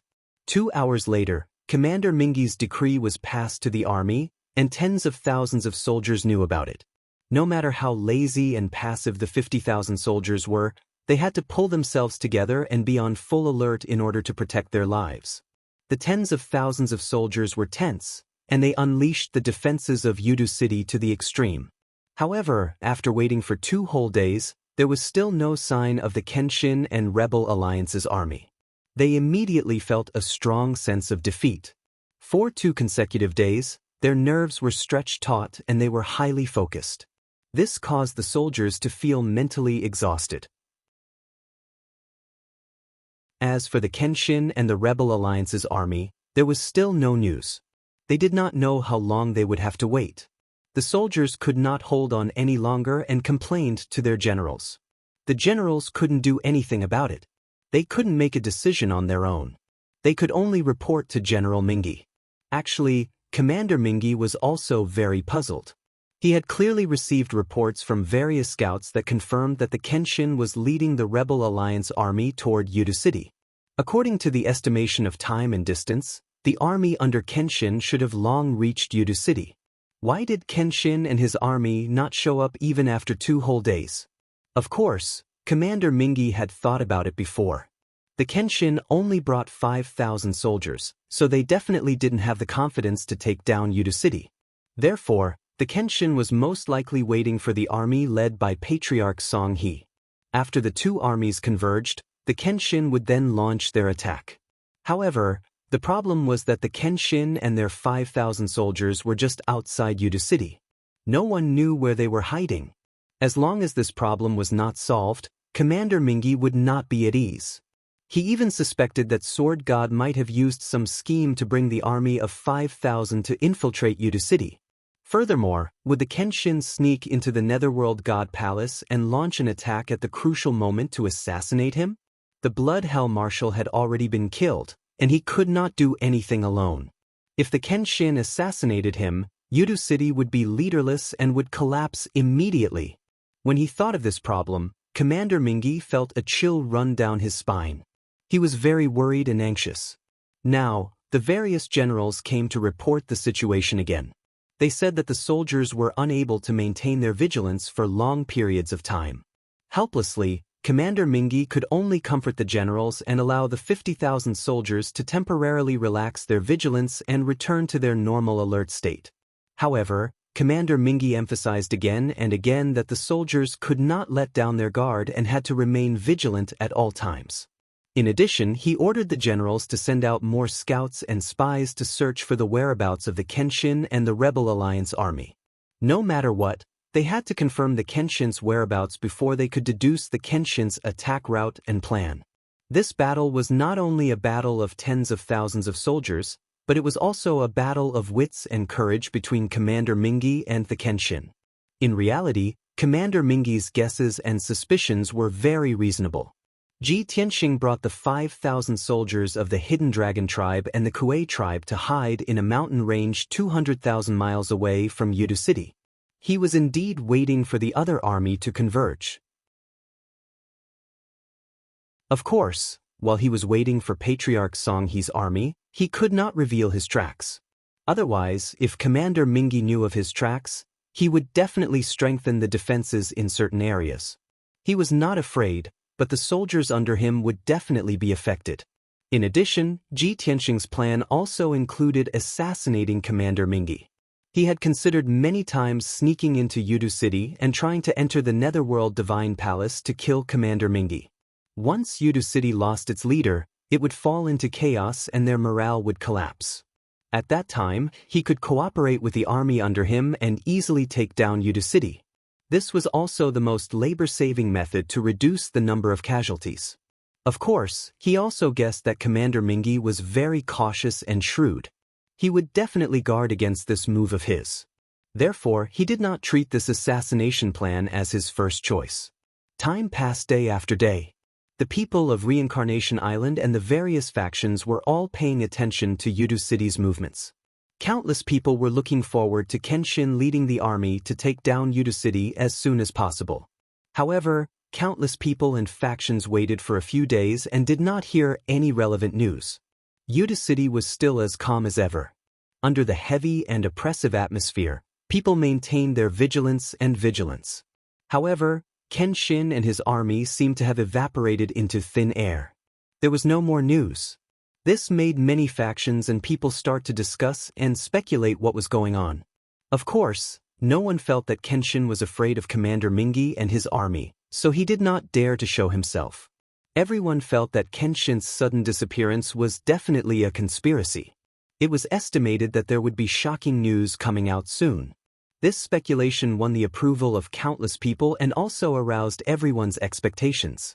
Almost the entire Reincarnation Island focused their attention on Yudu City, waiting for the final battle and the result.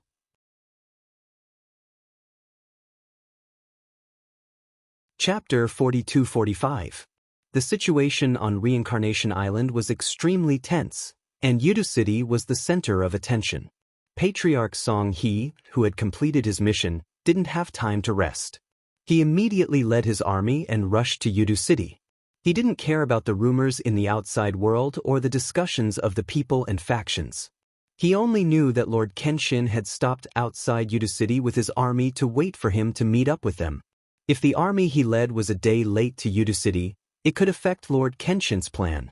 Therefore, the fleet formed by the 3 divine warships rushed to Yudu City at their fastest speed. Along the way, there were naturally large numbers of scouts and spies. They were the eyes that Commander Mingi had left in the various regions of Reincarnation Island. Those scouts and spies might not be very strong, but their observation skills and intelligence gathering abilities were very outstanding. When Commander Mingi gathered the soldiers back to defend Yudu, he didn't recall those scouts and spies. He left them in the various regions so that they could gather intelligence. Therefore, when the scouts and spies in the various regions discovered Patriarch Song He's tracks, they hurriedly reported to Commander Mingi. When Commander Mingi knew the tracks of Patriarch Song He and the 7,500 soldiers, he estimated how long it would take for them to reach Yudu City. Everyone knew that after these 7,500 soldiers met up with Kenshin, Kenshin would definitely attack Yudu City. In other words, when Patriarch Song He's army reached Yudu City, the decisive battle would begin.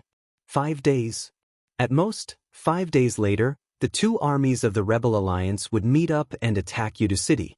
This was the result of Commander Mingi's estimation. He gathered the 18 region lords, the numerous generals, and the divine kings and told them the answer. At the same time, he mobilized the strong practitioners before the battle again. Everyone still had 5 days left to rest and recuperate and conserve their energy. 5 days later, it would be the time to fight with their lives to protect Yudu City. If they won, he would reward all the soldiers with the most generous rewards. If they were defeated, he would face death along with all the other soldiers. The numerous divine kings felt Commander Mingi's determination and were touched. They all expressed their determination and attitude, swearing to live and die with Yudu City. General Mingi and the soldiers thought that they still had 5 days to catch their breath and make all the necessary preparations. But in reality, Ji Tianxing still decided to take the risk and sneak into Yudu City after serious consideration and analysis. When he made this decision, the Hidden Dragon Clan leader and the Kuei Clan leader were beside him. The 2 patriarchs thought that this decision was too risky and tried to dissuade Ji Tianxing. However, Ji Tianxing was stubborn and insisted on sneaking into Yudu City to find a chance to assassinate Commander Mingi. The 2 clan leaders could not persuade him, so they could only give up. However, Ji Tianxing had another thought. The 5,000 soldiers of the 2 clans could stay and rest, but if the 2 clan leaders stayed, it would be a waste of soldiers. Therefore, he changed his mind and decided to bring along the hidden dragon patriarch and the Kuei tribe patriarch. When the two patriarchs heard this order, they were stunned. They thought to themselves that Lord Kenshin had outstanding abilities and was unrivaled in the world. Even if it was risky to assassinate Commander Mingi in Yudu City, it should be enough to protect themselves. There shouldn't be any danger to their lives. However, if the two of them sneaked into Yudu and exposed themselves, wouldn't they be dead meat if they were surrounded by tens of thousands of soldiers? The two of them were timid and resisted in their hearts. However, they couldn't disobey Kenshin's orders. Otherwise, the heavenly punishment would chop them into dregs immediately. After a moment of silence, the two patriarchs could only bow with a bitter expression, indicating that they would follow the orders. Ji Tianxing saw through their inner thoughts and couldn't help laughing to himself. He advised them with a calm tone, risk and reward coexist. Don't the two of you want to contribute? Follow me to sneak into Yudu City and assassinate Commander Mingi. Once the mission is completed, what do you think of this contribution? With his reminder, the two patriarchs instantly came to a realization. Their eyes lit up and they were very excited and expectant. They were well aware that if they were able to successfully assassinate Commander Mingi, it would be a great merit. At this moment, Ji Tianxing continued, furthermore, if the two of you follow me to carry out the assassination mission, would you still be afraid of being surrounded? The eyes of the two patriarchs became even brighter, and their heartbeats sped up. Their blood also flowed faster. That's right. With Lord Kenshin leading us, what are we still afraid of? If even Lord Kenshin can't defeat Commander Mingi and the guards of Yudu, we will definitely be defeated. When that time comes, Lord Kenshin will fall, and we won't be able to escape death. Lord Kenshin is the main force in carrying out the mission.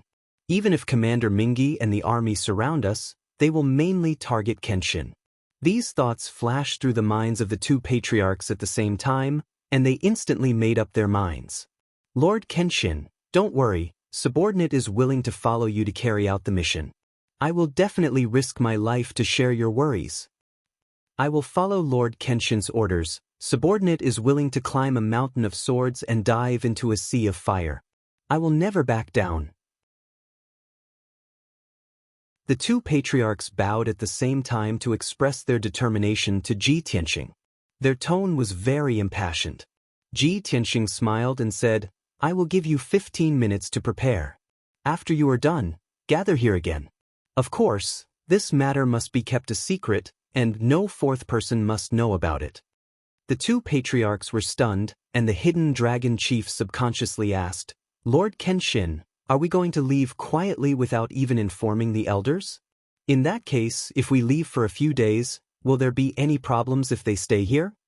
Ji Tianxing waved his hand and said, I have already given the order for all the soldiers to rest in the divine ship and conserve their energy. Patriarch Songhe's army will only arrive in 5 days to meet up with us. In these 5 days, there won't be any problems if they stay here. 5 days is enough for us to complete the mission. After hearing his explanation, the two patriarchs no longer had any worries and hurriedly left the study. 15 minutes later, the two patriarchs finished their preparations and came to the study to gather with Ji Tianxing. After that, the three of them quietly left the divine ship and flew toward Yudu City under the cover of the night sky. If they wanted to enter Yudu City, they would first have to cross the poisonous fog that was 5,000 miles wide and then cross the Blackwater River that was 50 miles wide before they could reach the city walls. The defenses near the south city gate of Yudu City were very strong and heavily guarded. Since Ji Tianxing was going to assassinate Commander Styx, he naturally wouldn't choose the south city gate as his breakthrough point. He brought the two patriarchs and hurried toward the northwest. He chose an area with weaker defenses as his breakthrough point. Not long later, the three of them arrived at the poisonous fog area. The two patriarchs were still wary of the poisonous fog's power and were thinking about how to break it. Unexpectedly, Ji Tianxing put them into the internal space of the primordial chaos bell and barged straight into the poisonous fog.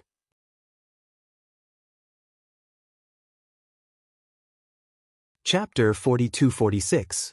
The two clan heads were shocked at first, but they soon understood.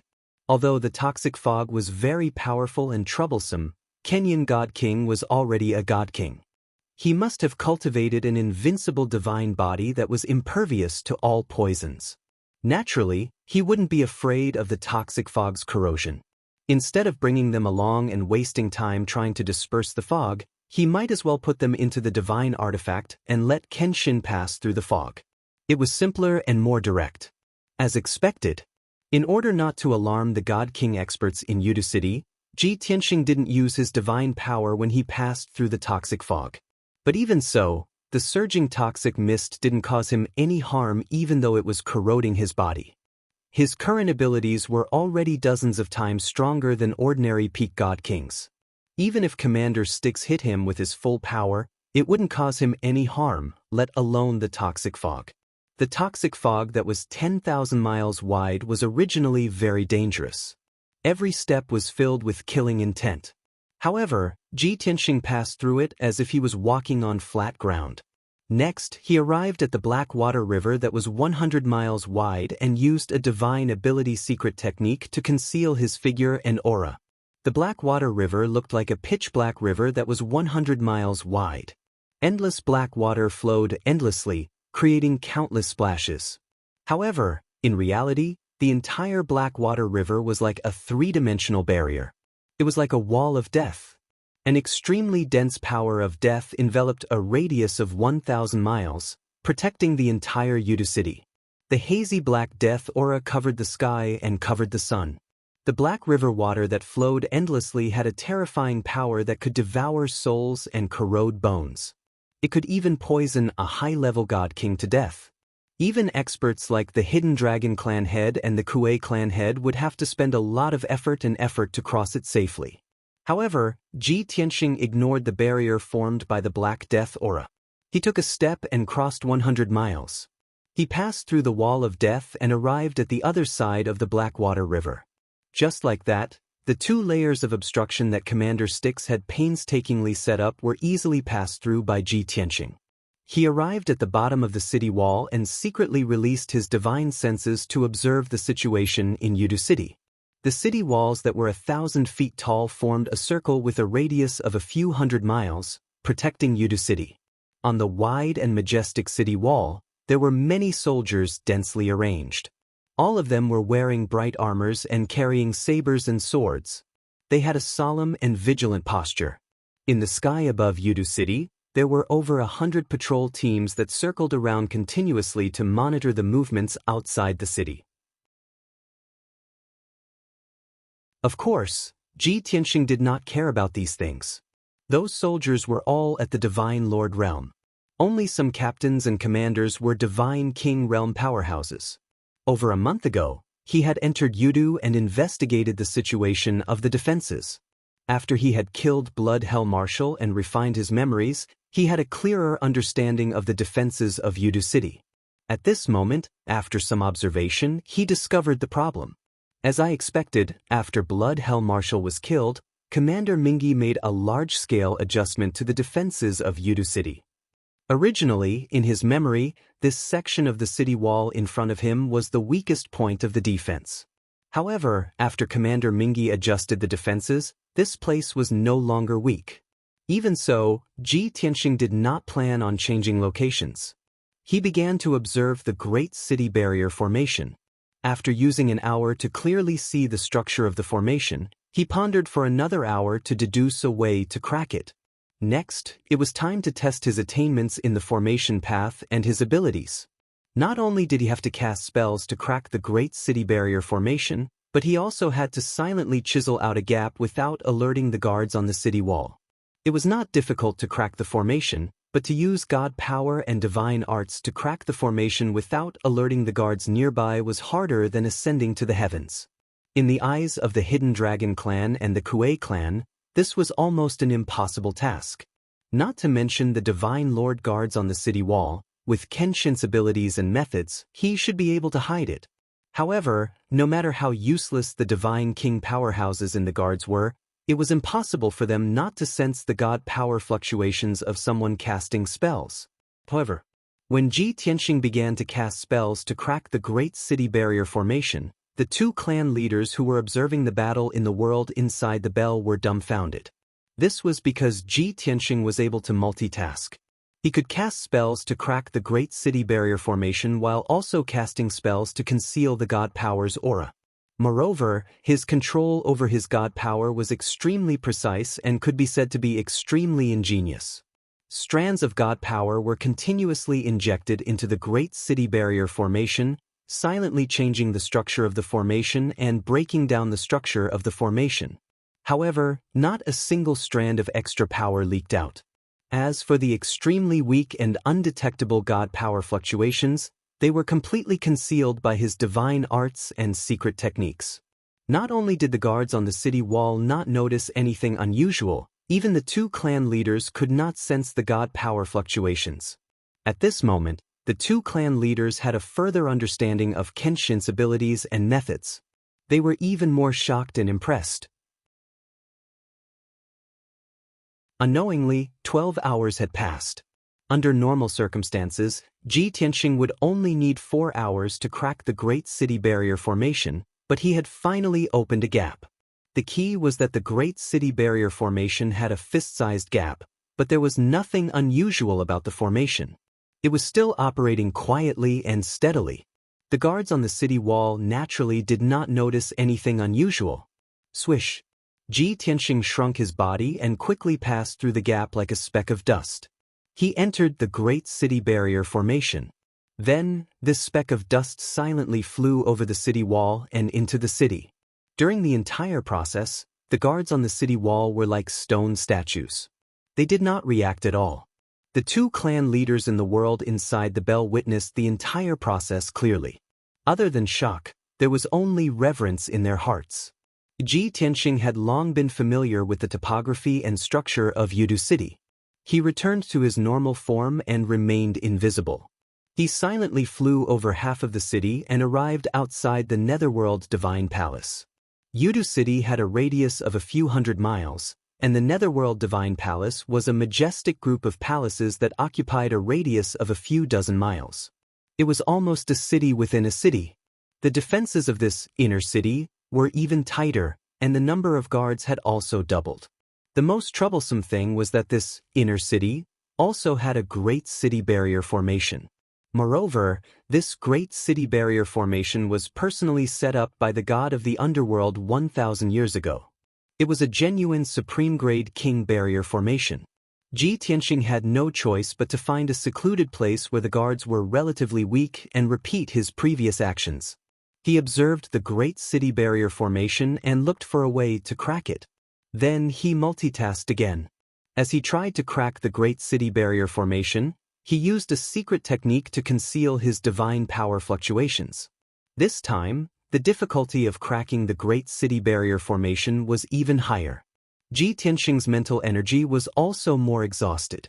Of course, it would also take a longer time to crack the Great City Barrier Formation. He used an entire day to successfully crack the Great City Barrier Formation without alerting anyone. Finally, he managed to sneak into the Netherworld Divine Palace in the middle of the night.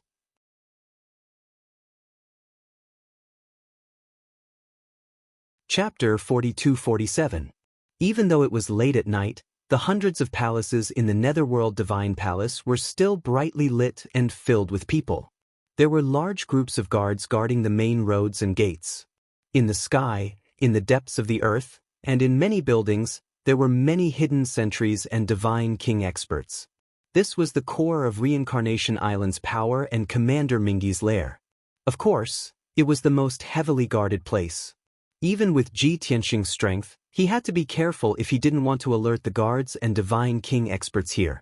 He shuttled through the many palaces in the Divine Palace, silently wandering, looking for traces of Commander Mingi.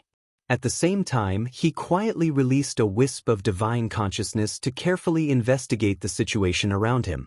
After about 100 breaths of time, he figured out the defensive situation of the Netherworld Divine Palace.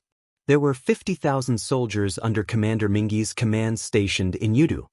30,000 of them were stationed on the city walls, as well as the main roads and important buildings in the city. They were also responsible for patrolling and supervising the entire city. The Netherworld Divine Palace, which had a circumference of a few dozen miles, was actually guarded by 20,000 soldiers, and there were even 200 God King experts among them. It was clear that Commander Mingi had concentrated his high-end combat power and 40% of his soldiers in the Netherworld Divine Palace. Even if Yudu City was breached, he could rely on the defense of the Netherworld Divine Palace to continue resisting the attacks of the Rebel Alliance. Of course, this was only Commander Mingi's plan. As Ji Tianxing infiltrated the Netherworld Divine Palace, his plan and premeditation were destined to be ruined. In the blink of an eye, an hour passed. Ji Tianxing searched the Netherworld Divine Palace but couldn't find Commander Mingi. After a round of searching, he had a clear understanding of the defenses in the Divine Palace. It turned out that Commander Mingi had also adjusted the defense and distribution of troops in the Divine Palace. There were some differences from the Blood Hell Marshal's memory. In addition, when Ji Tianxing was looking for Commander Mingi, he found that the morale of the guards wasn't high. Many of them were tired and passive. It could be seen that the guards were vigilant and alert, ready to fight at any time. They must have been like this for a few days. After all, they were only at the Divine Lord realm. It was difficult to maintain a tense state for long periods of time. It was inevitable that they were tired. Moreover, the 20,000 defenders were divided into many factions. They belonged to the 18 region lords, a few ancient clans, and a few top forces. Another portion of the guards were the original forbidden guards of the Nether God Palace. These 20,000 defenders were pieced together by many different forces, causing them to not obey each other and not have any tacit understanding. Usually, a garrison of 1,000 to 2,000 people would only listen to the orders of their leader. If Commander Mingi wanted to give an order, he couldn't pass it directly to the defending army.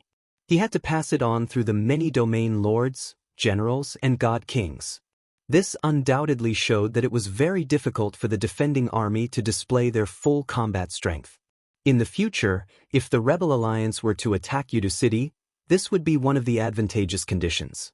Returning to the main topic, Ji Tianxing collected his thoughts and began to ponder where Commander Styx was hiding. The most dignified Divine Palace was where the meeting hall was located. If Commander Mingi wanted to gather the generals for a meeting, he would definitely appear there. Furthermore, for the past 1,000 years, Commander Styx had spent most of his time in that Divine Palace. However, after Ji Tianxing checked that Divine Palace and the 2 underground palaces hidden underground, he still couldn't find Commander Mingi. According to the memories of the Blood Hell Marshal, he found 2 hiding places of the Nether River commanders. One was the Surging Waves Tavern in the depths of the Divine Palace. It was located beside the Surging Waves Lake and had a quiet environment. It contained 100,000 books and was very heavily guarded. When Commander Mingi wasn't dealing with government affairs or cultivating in seclusion, he would often stay in the Surging Waves Tavern for a few days, quietly reading books or thinking about problems. The other place was an ordinary palace in the depths of the Divine Palace. In that palace, there were a few family members of Commander Mingi and a large number of guards and servants serving them. When Commander Mingi was in a bad mood, tired, or worried, he would stay with his family members for a few days. Ji Tianxing analyzed that with the current situation, Commander Mingi must be in a bad mood and under great pressure. Furthermore, Commander Mingi was in charge of the overall situation and had to think about many problems calmly. Therefore, both places could be Commander Mingi's hiding place.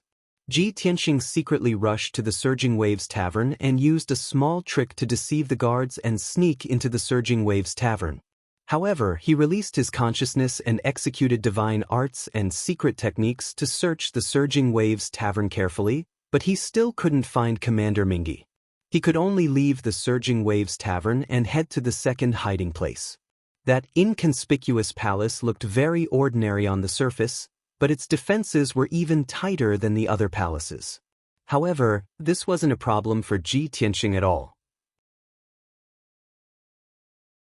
He used divine arts and secret techniques to sneak into the palace and carefully search for 15 minutes. He did find a few family members of Commander Mingi, but he still couldn't find Commander Mingi. This time, he was in a complete dilemma and couldn't help but think, Netherworld Divine Palace is only so big, with a radius of a few dozen miles. I've already searched everywhere. Where is Commander Mingi hiding? Could it be that this sly old fellow had already predicted that I would come to assassinate him, so he hid in advance? Or could it be that he abandoned the guards of Yudu City and left Yudu City long ago to escape by himself? Ji Tianxing pondered for a moment and felt that the second possibility wasn't very likely. The most likely possibility was that Commander Mingi was still hiding. Therefore, he continued to wander around the Netherworld Divine Palace and started a carpet search. After 15 minutes, he found a clue as expected. 10 domain lords walked out from different palaces and left the Netherworld Divine Palace at the same time. After they left the inner city, they were very low-key and hid their tracks and auras as they quietly rushed to a certain house in the south of the city. Seeing this scene, Ji Tianxing was stunned for a moment before realization dawned on him and he smiled knowingly. Ha! Commander Mingi, that sly old fox, is indeed cunning. If I didn't see those 10 domain lords rushing over at the same time, who would have thought that he wouldn't hide in the safest Netherworld Divine Palace but in the marketplace? That's right. Ji Tianxing saw the 10 domain lords rushing to the house in the south of the city and guessed that they were under orders to meet Commander Mingi. As for Commander Mingi, he was hiding in an ordinary house in the marketplace. It was truly a ruse, and no one would have expected him to be here. Logically speaking, Kenshin would lead the Rebel Alliance's army and pay a huge price to take over Yudu City. They would definitely head straight for the Netherworld Divine Palace. At that time, the 20,000 guards and 200 God King experts guarding the Netherworld Divine Palace would definitely counterattack with all their might. Commander Mingi, who was hiding in the marketplace, would be ignored by the Rebel Alliance. He could take advantage of the chaos to escape Yudu City. By the time the Rebel Alliance took over the Netherworld Divine Palace and discovered that Commander Mingi was missing, it would be too late to search and kill him. Commander Mingi's move was indeed brilliant and daring. Bookhouse Reading Website.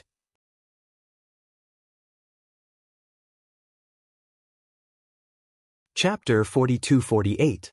Luckily, Ji Tianxing had entered Yudu City in advance to assassinate Commander Mingi.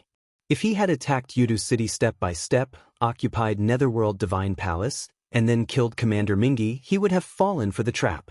By then, even if Kenshin could take over Yudu City and control the entire Reincarnation Island, they wouldn't be able to eliminate the source of the problem. Commander Mingi had escaped. Even if he didn't dare to take revenge, he was still a huge threat. With his shrewdness, scheming, and ability, it was impossible for any other God King to go against him. Only the stronger and more meticulous Ji Tianxing could destroy Commander Mingi's scheme. Swoosh! Ji Tianxing decisively left Netherworld Divine Palace and followed the few territorial lords to a certain house in the south of the city. Qianlong and Kuei tribe patriarch, who were in the world inside the bell, didn't know what had happened. Out of curiosity, the two couldn't help but ask Ji Tianxing what had happened. Why didn't he continue to search for Commander Mingi's tracks? Ji Tianxing replied but didn't explain. He just asked them to watch carefully. After a while, Ji Tianxing followed the few territorial lords and arrived at a certain house in the south of the city. The house looked simple, but its interior was exquisite and luxurious. Its defensive power was also very strong. Not only were there 500 elite Imperial Guards standing guard here, there were also over 30 God King experts lying in ambush in various places, either in the open or in the dark. In addition, 2 8th-level Divine King Realm Forbidden Guard commanders were also here. In addition to the 10 domain lords who had just arrived, there were actually 45 Godly King experts gathered in this very ordinary-looking courtyard. The 10 disguised territorial lords entered the underground secret room of the house after a series of checks and identity checks. They finally met Commander Mingi. The thin, white-haired Commander Mingi wore a gray robe. His aura was even colder, and he looked much older than half a year ago. In the dimly lit secret room, he sat on the throne at the head, quietly resting with his eyes closed. 2 Forbidden Guard commanders stood on either side of him, wearing armor and holding swords. They were like 2 door gods. After the 10 domain lords entered the secret chamber, they removed their disguises and revealed their true faces. They bowed and greeted Commander Mingi. After the two sides exchanged greetings, the 10 domain lords stood in 2 rows. Only then did Commander Mingi begin the discussion. He first asked the 10 domain lords about the situation of the city's defenses, as well as the information they had gathered. Next, everyone began to discuss how to set up defenses, arrange troops, and so on. The atmosphere was very oppressive and heavy. Everyone's heart was heavy. None of them were optimistic about the upcoming decisive battle. They were extremely worried. The door to the secret room was shut, and it was protected by a formation. There were 4 God King experts standing guard outside. Ji Tianxing arrived at the gate. Finally, there was no need to hide anymore. He decisively made a move, using a divine ability and ultimate skill to kill the 2 divine king powerhouses guarding the door. At the same time, he opened up the world inside the bell and released Qianlong and Kuei clan's patriarchs so that they could kill the other 2 god kings. Swish swish. Bang bang. After a sword light pierced through the air and 2 dull thuds, the 4 god kings guarding the door fell to the ground as blood splattered everywhere. The 2 god kings that Ji Tianxing killed were killed in a single strike. Even their godheads were shattered. As for the 2 god kings that the 2 clan patriarchs dealt with, they only had their heads and necks severed. Their bodies were destroyed, but their godheads were still intact. Ji Tianxing added 2 more sword lights before he was able to instantly kill the 2 god kings. Without a doubt, there was a commotion as an intense divine power fluctuation erupted. Commander Mingi and the 10 domain lords in the secret chamber were immediately awakened. They quickly ended the discussion and checked the situation outside the secret chamber. Ji Tianxing did not hold back as he punched the door of the secret chamber. Kaboom! Following an earth-shattering sound, the door of the secret chamber was blasted into smithereens. A huge hole was blasted in the defensive formation. Dust splattered and covered the secret chamber in a radius of 300 meters. It turned the secret chamber into a turbid mess. With such an unforeseen event, Commander Mingi's pupils contracted. He turned around without hesitation and turned into a black shadow as he flew towards the corner of the secret chamber. In the seemingly empty corner of the secret chamber, there was actually a secret door that led to the array altar underground. It was a teleportation array that was directly connected to Yudu City. It could teleport him to a stronghold 1,000,000 miles away. Before the 10 domain lords could react, they saw Commander Mingi escaping the secret chamber as fast as a ghost. They were stunned. At this moment, Ji Tianxing also turned into a golden light and flew into the secret chamber. He flew over the heads of the 10 domain lords and chased after Commander Mingi. Qianlong and Kuei clan patriarchs were slightly slower.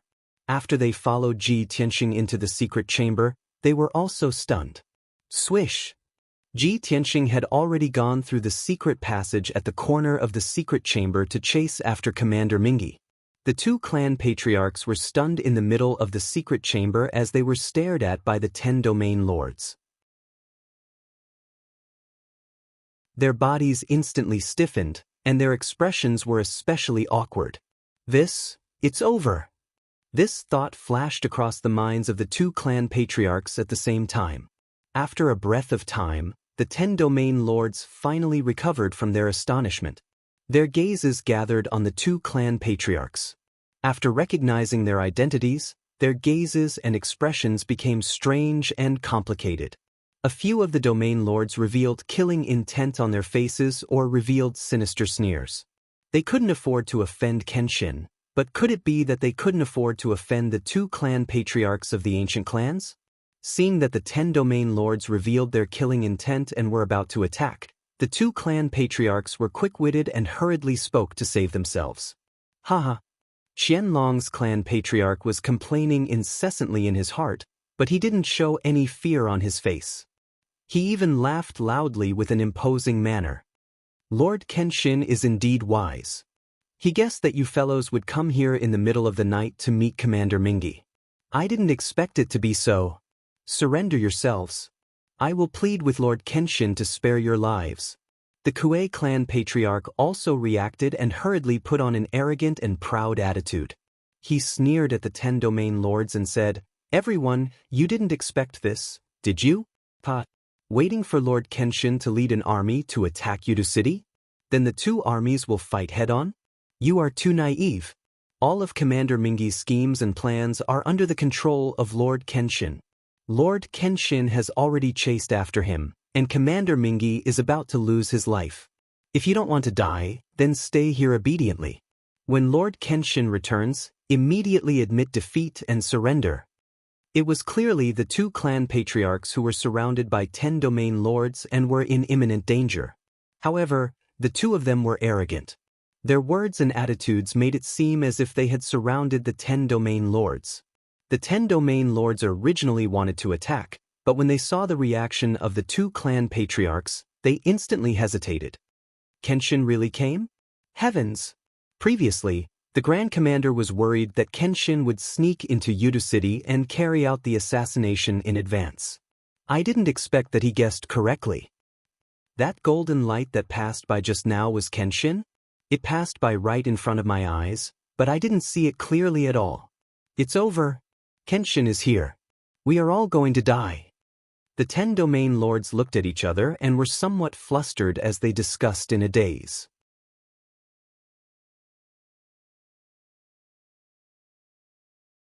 Chapter 42-49. Kenshin's reputation was too terrifying. Billions of people worshipped him, and countless divine kings revered and respected him. Even the 10 zone masters, although they were high-level divine kings, were also very afraid of Kenshin. In the past, Kenshin's whereabouts were unknown, and the zone masters didn't see him in person. They only revered him in their hearts. At this moment, Kenshin had just flown past them and was chasing after Commander Mingi underground. After Kenshin dealt with Commander Mingi, he would come to kill them. How could the 10 zone masters not be terrified? Everyone's first reaction was to immediately escape. The further away they were from Kenshin, the safer they would be. However, these zone masters were all people of high positions and were meticulous people. They definitely wouldn't be rash and impulsive. They immediately thought of a problem. Since Kenshin had personally made a move, then the army under Kenshin must be lying in ambush outside Yudu City. Once they escaped Yudu, they would be walking into a trap. Surrounded by an army of over 10,000, they would definitely die. Moreover, they would be smashed into pieces. They couldn't escape, but they couldn't stay either. The zone masters were all flustered and didn't know what to do. Of course, there were also 2 zone masters who wanted to capture the 2 chiefs and use them as hostages to save their own lives. However, on second thought, it was easy to capture the 2 chiefs, but it was hard to say if they could threaten Kenshin. Once they did that, they would completely become enemies with Kenshin. It would be difficult for them to not die. Thus, the 2 zone masters hurriedly dismissed the idea. Seeing that these zone masters were stunned and had no intention of making a move, Hidden Dragon and Kuei clan's chief looked at each other and secretly heaved a sigh of relief. However, the zone masters were only hesitating and weighing the pros and cons. They didn't put down their weapons and continued to surround the 2 of them.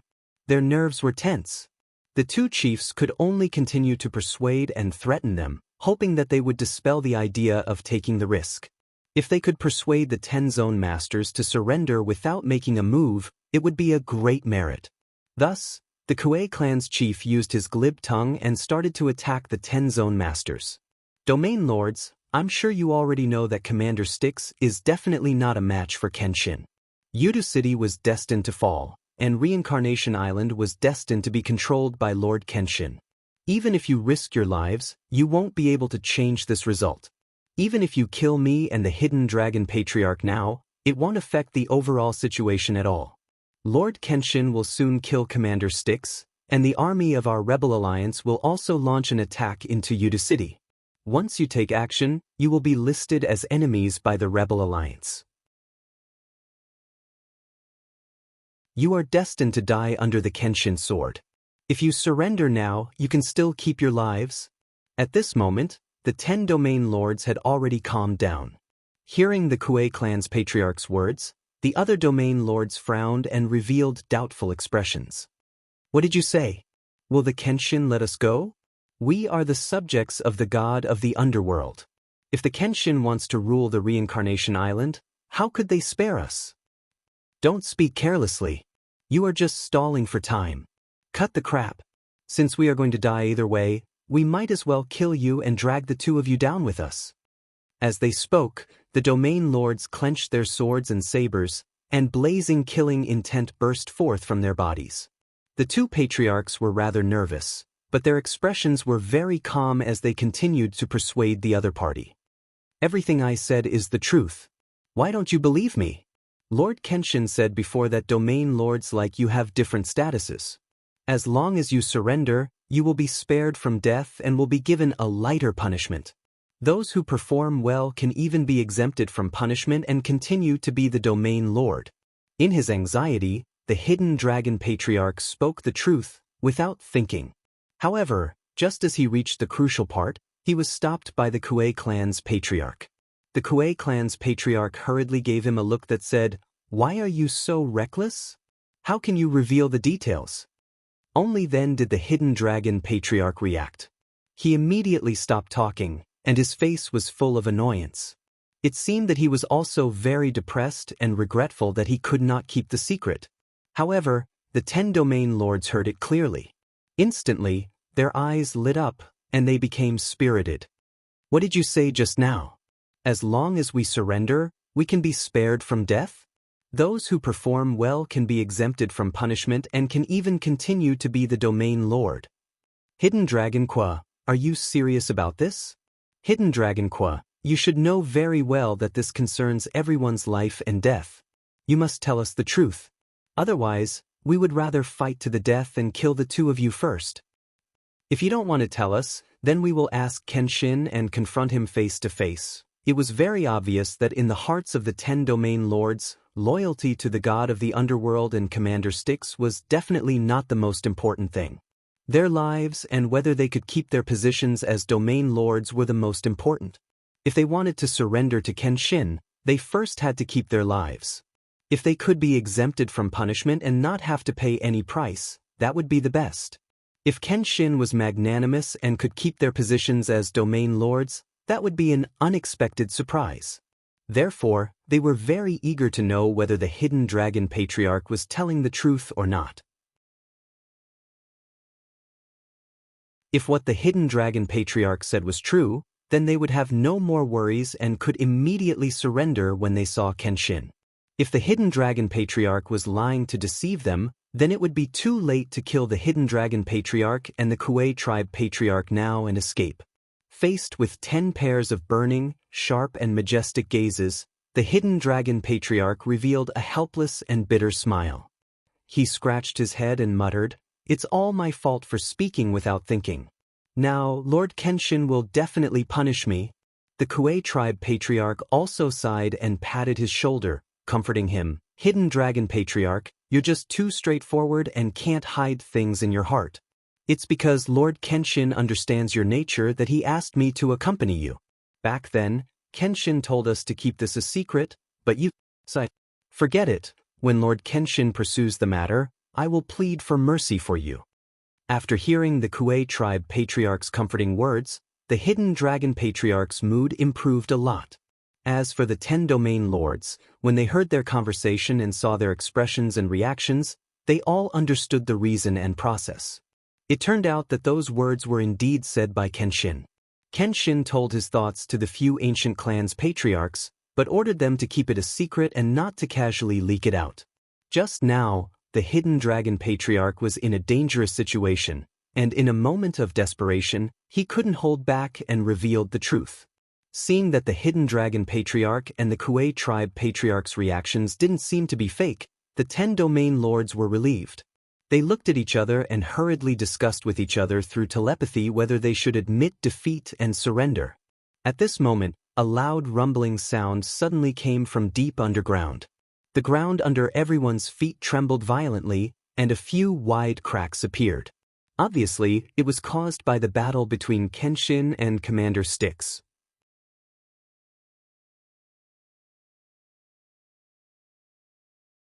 Chapter 4250. In fact, after Ji Tianxing chased underground, he stopped Commander Mingi who was preparing to escape. The two of them didn't fight directly. Instead, they chatted for a while. The content of the conversation was simple.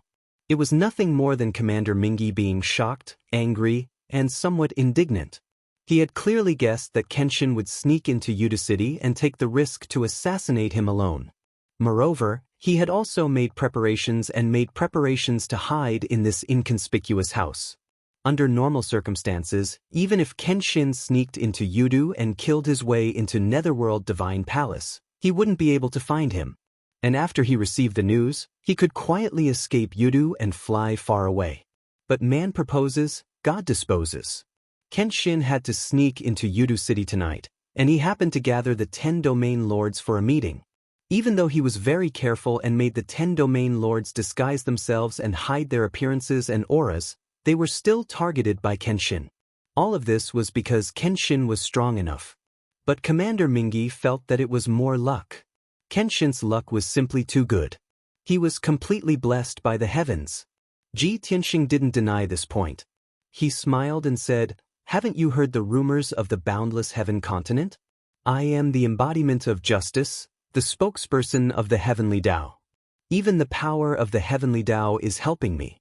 Reading the heavenly Tao oath that I made, I will be bound by the heavenly Tao. Therefore, isn't it natural for the heavens to bless me?" Commander Mingi was so angry that his face turned black. He immediately cursed and scolded the heavens for being unfair. Ji Tianxing wasn't angry. He looked at him with a smile and persuaded him to admit defeat obediently so that he could die with dignity. Ji Tianxing had to kill Commander Mingi without a doubt. Even if the other party surrendered, he definitely wouldn't let him off. Commander Mingi scolded Ji Tianxing because he wanted to anger Ji Tianxing so that he could take the opportunity to open the teleportation formation and escape Yudu City. However, Ji Tianxing wasn't angered. He continued to stare at him. Commander Acheron secretly took out a jade slip and was about to toss it into the teleportation array. At the critical moment, Ji Tianxing used a supreme divine ability to seal the entire underground palace, freezing the space within a radius of 10,000 feet. In the next instant, he seized the jade slip and smashed it to pieces. The jade strip was the key to open the transmission array, but it was destroyed by Ji Tianxing. If Commander Styx wanted to open the array again, he would have to cast a spell, and that would take 10 breaths of time. At this time, Ji Tianxing no longer talked nonsense with him and had already launched an attack. Swish! 4 beams of golden sword light locked onto Commander Styx with invisible sword intent. Commander Styx knew that he couldn't escape, but he couldn't just sit there and wait for death. He could only fight back. Therefore, he unleashed his ultimate skill with all his might to block the 4 sword lights. Unfortunately, the surrounding space had been sealed, and Commander Styx could not move an inch. There was no way for him to dodge. Bang bang! Just as he condensed a shield of divine power, he was struck by the 4 sword lights, and 2 dull thuds rang out. The shield he condensed with all his strength was strong, but it couldn't block the attack of the sword lights. It collapsed on the spot, and fragments of divine light burst out. Then he was blown away by the sword lights, and he smashed into the sacrificial altar while vomiting blood. Wang! The silent sacrificial altar trembled violently from the impact, and it lit up with hazy 5-colored divine light. Commander Styx finally got close to the sacrificial altar. He just needed to open the teleportation array, and he could leave Yudu. However, his chest and abdomen were pierced by the sword lights, and he was already severely injured. Casting a spell to activate the formation had become an extravagant hope that was impossible to accomplish. Swish swish! Before Commander Styx could get up, Ji Tianxing raised his hand and struck out with 2 sword lights that were like 2 bolts of lightning. The underground palace was only 10,000 feet in radius, and the terrain was narrow. The distance between the two was too close. From the time the sword lights lit up to when they hit Commander Styx, it was only 1/5 of an instant. In such a short time, the heavily injured Commander Styx couldn't react at all, let alone cast a spell to block. Bam! The 2 sword lights hit Commander Styx at the same time, and a loud, dull sound reverberated through the underground.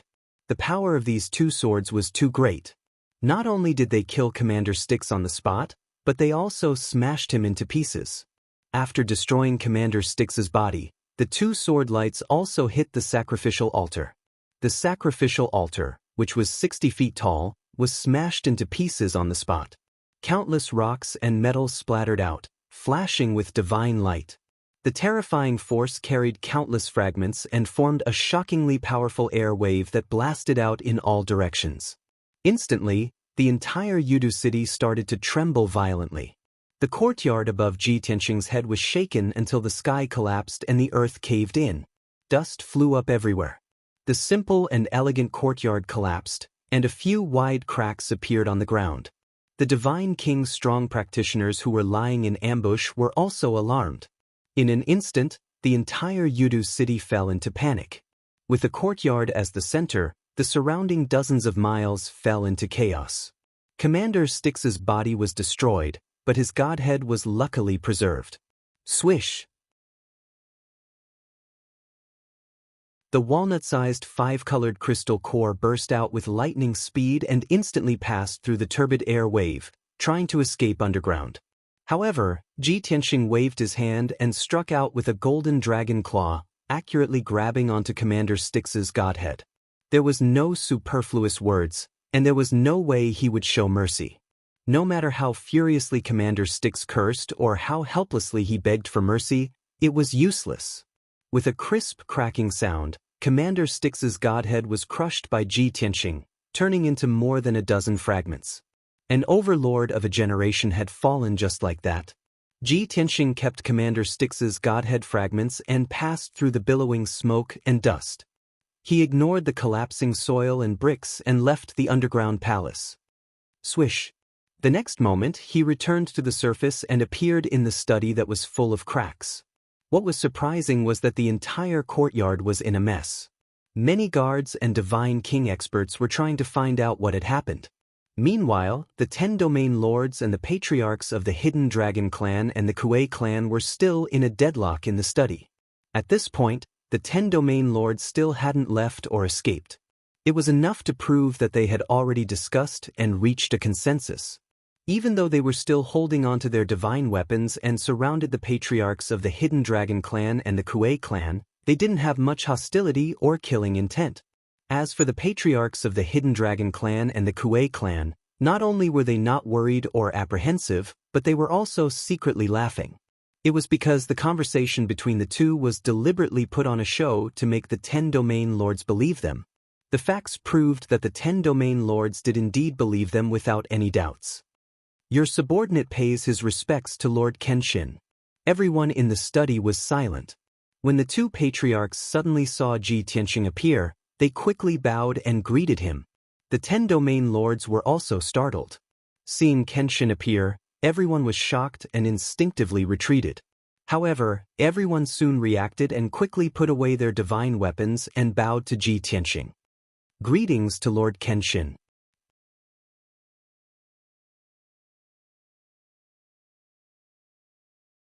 Chapter 4251. Seeing the 10 domain lords put away their weapons and bowed, Ji Tianxing understood everything. He glanced at the two clan leaders and was slightly surprised. As far as he knew, these two clan leaders were not as shrewd as the other three clan leaders. He didn't expect that these two guys could persuade the 10 domain lords, and there was no fighting or killing between the two sides. It was really unbelievable. Everyone rise. Ji Tianxing nodded slightly, looked at the 10 domain lords with a dignified expression and asked, "Just now when I was fighting Commander Mingi in the underground palace, since you didn't follow to help, you must have the intention to repent and decided to give up the darkness and join the light, right?" Although this question was asked knowingly, the process couldn't be omitted. Everyone couldn't tacitly agree that these domain lords had surrendered, right? The 10 domain lords looked at each other, somewhat embarrassed, and no one was willing to speak first. It couldn't be helped, admitting defeat was a bit shameful. As the subordinates of Commander Mingi, when Commander Mingi's life was in danger, they didn't go to help, which was a shameless act of betraying their master for glory. But two domain lords were thick-skinned, or they thought of the Hidden Dragon clan leader's words, "People who perform well are so, and hurriedly spoke up. "Sir Kenshin is right. You came to save the people of Reincarnation Island, and return peace and freedom to Reincarnation Island. The people respect and love you very much.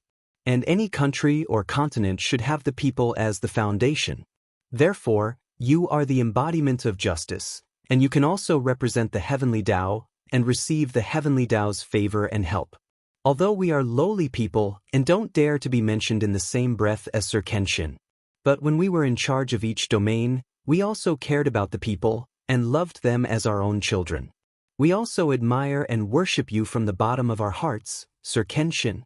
The domain lord who spoke first was thin, with a fair face, and dressed like a middle-aged scholar. This person didn't have much of the valiant and stern aura of a fierce general, but more of a scholar. Obviously, he was more shrewd and thoughtful. His words were beautiful. Not only did he flatter Kenshin, but he also secretly cleared his name and expressed his intention to surrender. Of course, his claim of loving the people like his children was definitely nonsense. Whoever believed him would be a fool. When the other domain leaders saw that Ji Tianxing was so good at acting and that he was so thick-skinned, they all threw away their sense of shame and began to flatter him, trying to increase their favorability towards Ji Tianxing. Lord Kenshin, please understand. We are actually looking out for the people. We hope that you will come soon to save the people of Reincarnation Island and restore freedom to everyone. However, as domain lords, we are under the control and restriction of Commander Styx and the Blood Prison Marshal. We really have no choice. Kenshin, you finally arrived. Commander Mingi used all sorts of methods to restrict us, forcing us to be loyal to him. Otherwise, we would be killed and our entire clan would be wiped out. We look forward to your arrival, not only for the freedom of the people, but also for our freedom and safety. These domain lords were no fools. Kenshin went underground to hunt down Commander Mingi and caused a huge commotion just now. Now that Kenshin had appeared, Commander Mingi was nowhere to be seen. It was obvious that Commander Mingi had been killed or captured by Kenshin. Since Commander Mingi was dead, the fall of Yudu and the capture of Reincarnation Island would soon become a reality. At this time, of course, they had to submit to Kenshin as quickly as possible to prove their loyalty. Moreover, in order to prove their innocence, they could also push all the blame onto Commander Mingi. The 10 domain lords fought to speak, one after another expressing their loyalty, as well as their respect and worship for Kenshin. Seeing how strong their desire to live was, Ji Tianxing sneered to himself. He didn't waste any time and raised his hand to interrupt the 10 domain lords.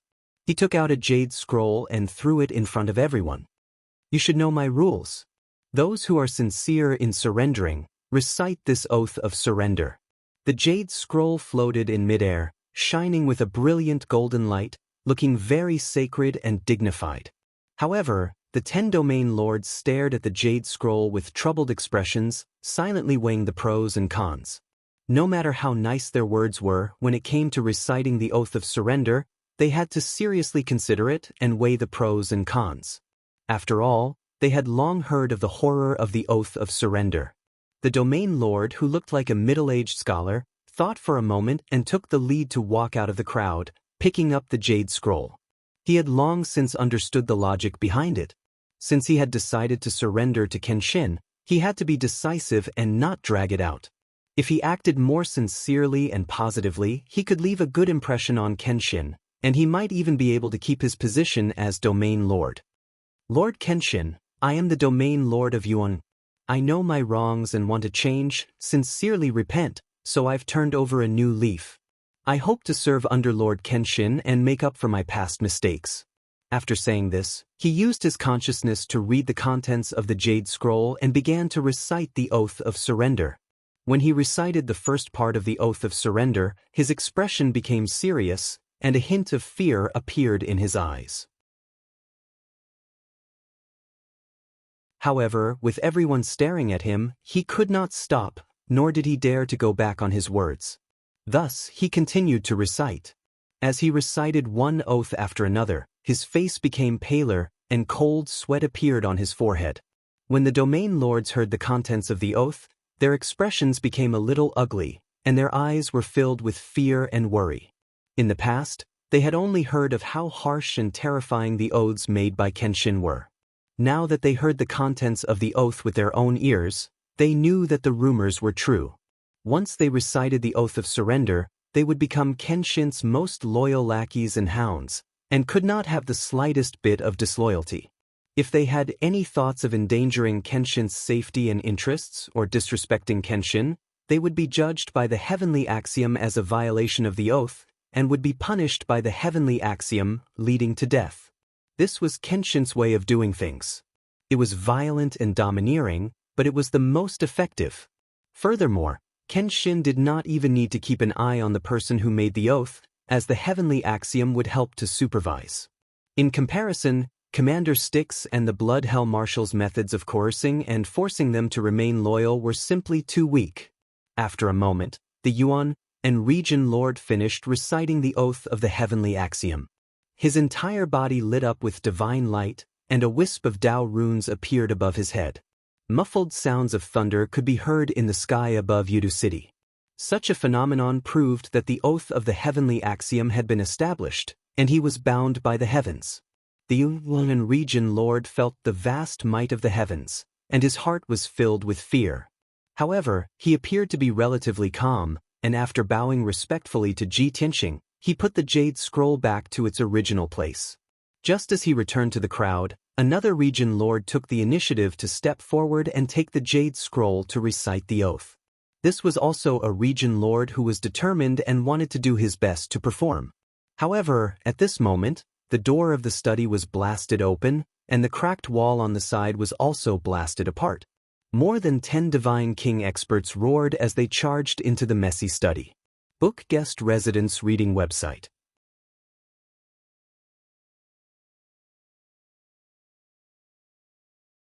Chapter 4252. Previously, Ji Tianxing and Commander Mingi were fighting underground, causing a huge commotion. There were as many as 500 guards stationed in this courtyard, all of them elites. In addition, there were over 30 godly king powerhouses hiding in the courtyard, protecting Commander Mingi. These people were all startled awake, first running in all directions, then asking each other what happened.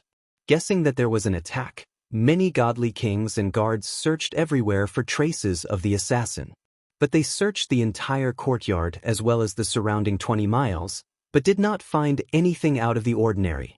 Therefore, many godly kings were certain that the assassin was most likely still in the courtyard. Some godly kings only then remembered that they had not checked on Commander Mingi's condition, whether he was injured or not.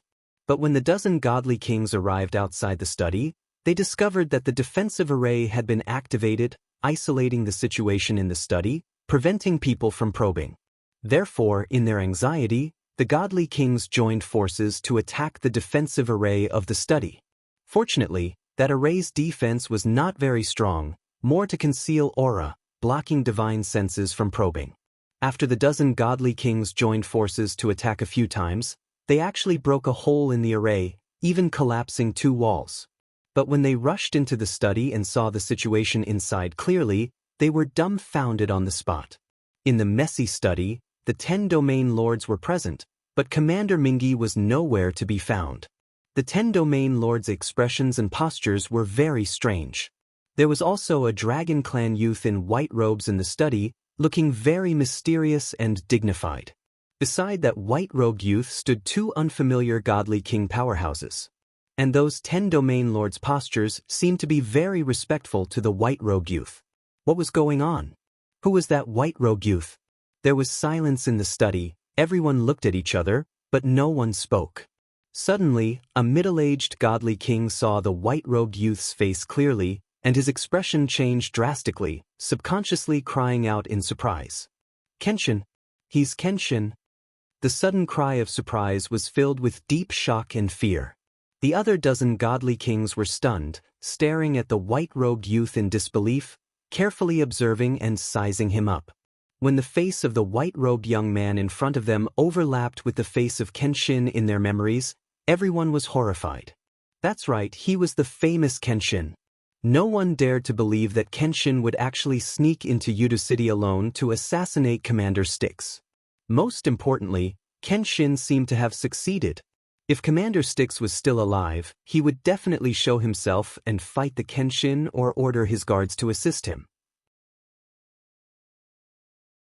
Since Commander Mingi was nowhere to be found, and the 10 territorial lords were subservient to Kenshin, one could guess that Commander Mingi was most likely dead. Retreat. The first reaction of several god kings was to retreat immediately and flee back to the Netherworld Divine Palace. Commander Acheron might have already died. However, they couldn't rule out the possibility that Commander Styx had escaped back to the Netherworld Divine Palace. There were also 20,000 guards and 200 divine king powerhouses. It could be said to be an impregnable fortress, impregnable as a fortress. In the entire Yudu city, only the Netherworld Divine Palace could be considered safe. 9 god kings instinctively turned and rushed out of the study with this thought in mind. However, there were still 2 god kings who were too loyal to Commander Mingi or were too honest. They actually questioned Ji Tianxing and the 10 territorial lords loudly. Kenshin, you killed Commander Mingi? Territorial lords, where did Commander Mingi go? Is he injured? What are you standing there for? Why aren't you gathering the guards and fighting Kenshin together? The 2 god kings were the captains of Commander Mingi's guards. They had always been in charge of protecting Commander Mingi. Saying these words was only their instinctive reaction. However, the 9 god kings who turned and fled and the 10 territorial lords in the study were stunned when they heard this. They all looked at the 2 god kings in unison, revealing complicated expressions and gazes. Some had an expression of admiration that said, "Brother, you're really awesome." Some didn't know whether to laugh or cry, with a look that said, "Are you two really stupid or just pretending to be stupid?" Some had pity and helplessness in their gazes. The place was temporarily quiet. It was dead silent. Ji Tianxing glanced at the 2 god kings and casually shot out a dazzling golden light, which instantly enveloped the entire residence. Swoosh! A golden light barrier with a radius of 3,000 feet sealed the entire residence. Immediately, all the guards and god kings who scurried about frantically in the courtyard in search of the Styx commander all froze. Everyone raised their heads and looked at the golden light barrier, revealing angry and helpless expressions. "Since you're here, stay," Ji Tianxing said indifferently. The 12 god kings seemed to have woken up from a dream, and they immediately revealed looks of regret. It was obvious that Kenshin planned to kill them all. If they knew this would happen, they wouldn't have stopped just now. They would have fled without a care. And now, the entire residence was sealed. It was impossible to escape even if they wanted to. The patriarch of the Hidden Dragon clan and the Kuei clan reacted. They hurriedly held their divine weapons and shouted at the 12 god kings at the door, "What are you waiting for? Get in here if you don't want to die." Lord Kenshin is here. If you know what's good for you, immediately admit defeat and surrender. Actually, everyone had already thought about it. Commander Mingi was definitely not Kenshin's match, and Yuda City would fall sooner or later. Therefore, this outcome was within their expectations. What they cared about the most was whether Kenshin would forgive them and spare their lives. They were so flustered just now because they were afraid that Kenshin would kill them all with just a few moves. Now, it seemed that Kenshin wasn't that cruel and violent. As long as they admitted defeat and surrendered, they still had a chance to live. The 12 god kings heaved a sigh of relief and returned to the study. Only the 2 guard captains of Commander Mingi's guards stood awkwardly on the spot. Just now, no one else spoke. Only the 2 of them questioned Kenshin and the 10 region lords righteously. They appeared to be very loyal to Commander Mingi. Now, if they didn't surrender, they would be killed. If they surrendered, it would seem that they had no moral integrity and backbone. It was too embarrassing. Luckily, everyone's minds were in a mess, and their thoughts were complicated. No one cared about their situation. The 12 god kings entered the study and bowed in unison, expressing their allegiance to Ji Tianxing. Ji Tianxing didn't waste any time. He couldn't even be bothered to say any high-sounding words. He directly ordered, "All of you, line up and recite the oath of surrender." Therefore, the 12 god kings instantly understood. No wonder the 10 region lords were gathered here. It looked so strange. It turned out that they were the first to admit defeat and were reciting the oath of surrender. Too despicable. These fellows were in high positions and were usually more loyal than anyone else. They didn't expect that they would surrender the moment something happened to Commander Mingi.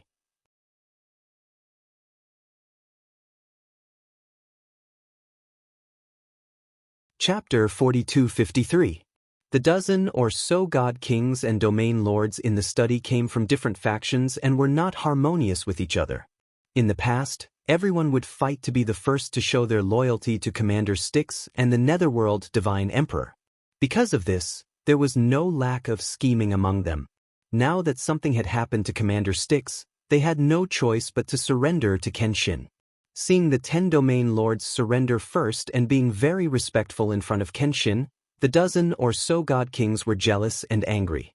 They only hated themselves for not surrendering to Kenshin at the first moment. If they had performed well, they might have been able to get an official position under Kenshin. Furthermore, in front of Kenshin, it was impossible for them to play any tricks or schemes. Next, the few domain lords no longer hesitated. They all rushed to receive the Jade Scrolls and quickly recited the oath of surrender. Soon, divine light and Tao runes appeared on the domain lords who had recited the oath of surrender. Shocking thunder boomed in the sky above Yudu City. Ji Tianxing used his divine senses to scan the courtyard and the situation in Yudu City. He realized that the courtyard was in a mess. 500 guards and a dozen or so god kings were trying to break out of the encirclement and break through the golden light barrier. Those people already knew that something had happened to Commander Styx and guessed that Kenshin was in the study, so they didn't dare to go near. To prevent any accidents from happening, Ji Tianxing ordered the 2 clan leaders and the 3 domain lords who had already surrendered, gather everyone in the courtyard. Those who are willing to surrender, gather in the courtyard. Those who are unwilling to surrender and resist with all their might, kill them without mercy. The Hidden Dragon clan, the Kuei clan leader, and the 3 domain lords hurriedly obeyed and ran out of the study happily to carry out the mission. Especially the 3 domain lords who had just sworn the oath of surrender. They were indescribably surprised. After all, they had just surrendered and received a mission from Kenshin. This meant that Kenshin trusted them and gave them a chance to perform. Didn't they see the envious expressions of those god kings and domain lords who were preparing to surrender? Such a good mission and opportunity to perform, they had to grasp it well and not screw it up. With such feelings, the 3 domain leaders and the 2 clan leaders rushed into the house and flew into the night sky to carry out their mission. Under their shouts, threats, explanations, and persuasions, the 500 guards and god kings stopped panicking. They all quieted down. The 2 clan chiefs spoke the truth, saying that Kenshin Great One was here, already killing the Styx commander. All the soldiers under Mingi's command could be spared from death if they surrendered. Those who resisted would be killed without mercy. The 500 guards and a dozen god kings were filled with fear and doubt. At this time, the 3 region masters jumped out again and said with certainty that Commander Mingi was dead, Yudu City was destined to fall, and Reincarnation Island would definitely be controlled by Kenshin. As time went by, the guards and god kings were thrown into disarray. They gradually began to believe this result.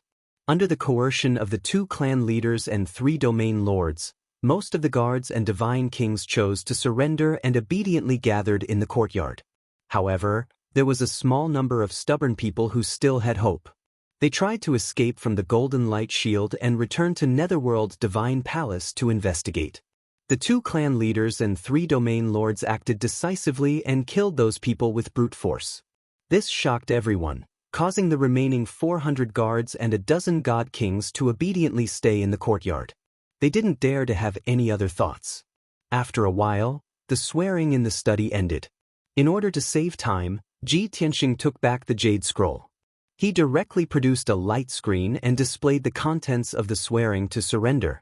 He let the domain lords and god kings read it out. Everyone could only read the swearing at the same time with different expressions and tones. The scene was quite interesting, and the atmosphere was a little strange. Fortunately, it was very efficient. In a short time, the dozen people had successfully surrendered and the Heavenly Tao Oath was established.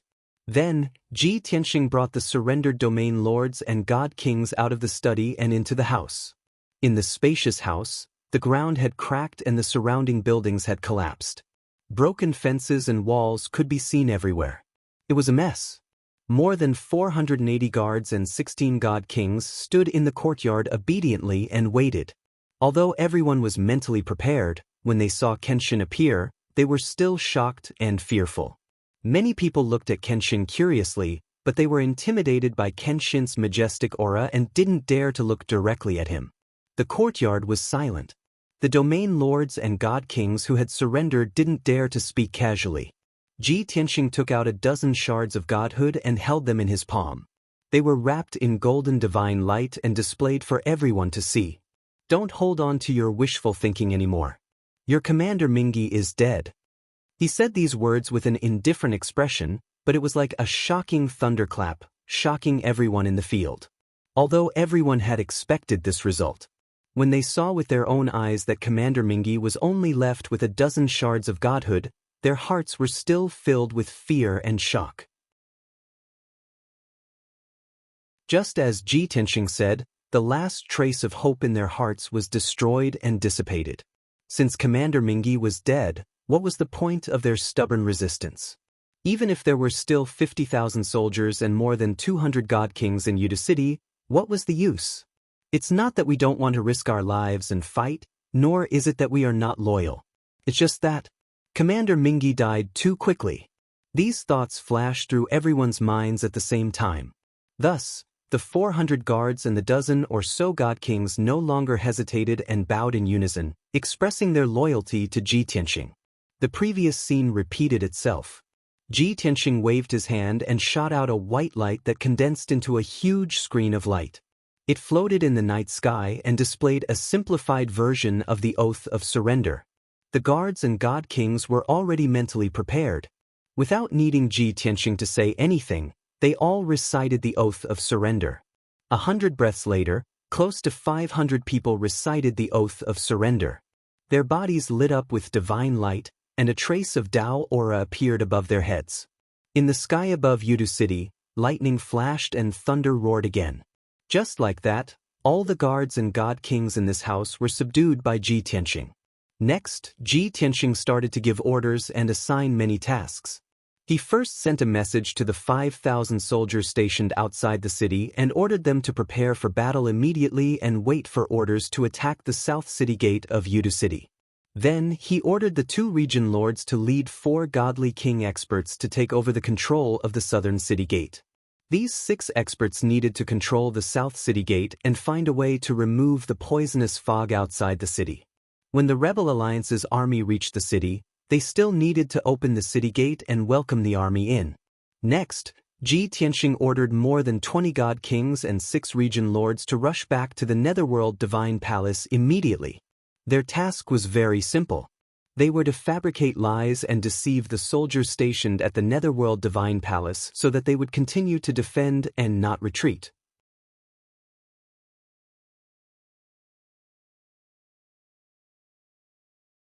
Chapter 4254. The Netherworld Divine Palace was the core of Yudu City. There were 200 God King powerhouses there, as well as 20,000 elite soldiers. Yudu City was in chaos, and so was the Netherworld Divine Palace.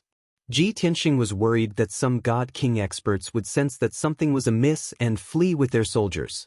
Once that happened, he wouldn't be able to wipe out all the forces loyal to Commander Styx. He would have to spend a lot of time and effort to clean up those that escaped. It would be troublesome. Ji Tianxing had already thought of an excuse to deceive the soldiers of the Netherworld Divine Palace.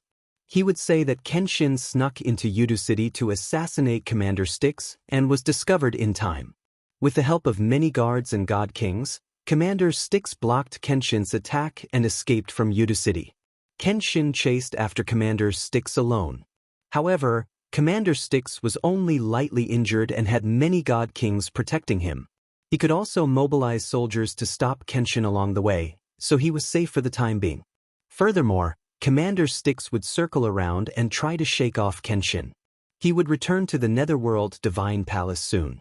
At that time, Commander Styx would still defend the Netherworld Divine Palace and continue to fight against Kenshin. In short, he wasn't afraid of Yudu City being attacked. The Netherworld Divine Palace was the most important and couldn't be abandoned. This was the argument that Commander Styx had always emphasized. The soldiers guarding the Netherworld Divine Palace all knew about it. In order to increase his credibility, Ji Tianxing even found Commander Acheron's command token in his spatial ring. He always carried that token with him. It was very important. Seeing the token was equivalent to Commander Styx personally coming. The 10 domain lords that appeared in the house tonight were all experts that Commander Styx trusted and thought highly of. The god kings guarding the place were also the experts, generals, and commanders that Commander Styx trusted and was closest to. As long as the domain lords and god kings had Commander Styx's token, they would definitely be able to take over the Netherworld Divine Palace and control the 20,000 soldiers and god kings.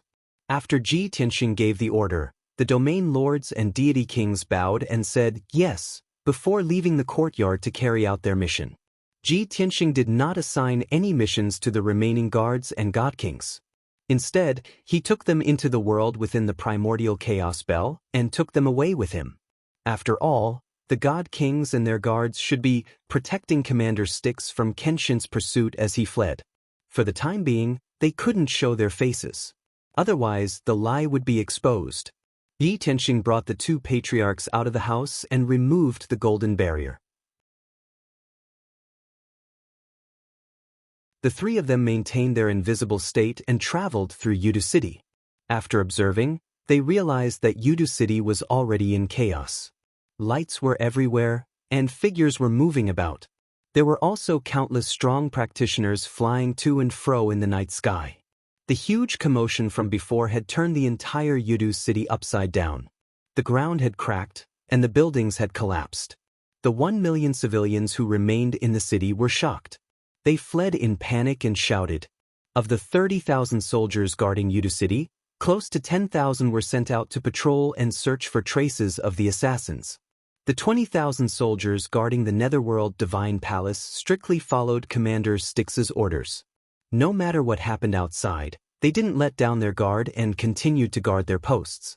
However, the 200 god kings in the Divine Palace were more free. Half of them flew out of the Divine Palace and were investigating the situation in Yudu City. After that, Ji Tianxing forced the 10 domain lords, close to 500 guards, and god kings to swear a heavenly Dao oath, which caused a phenomenon in heaven and earth. In the sky above Yudu City, shocking lightning kept exploding and deafening thunder boomed.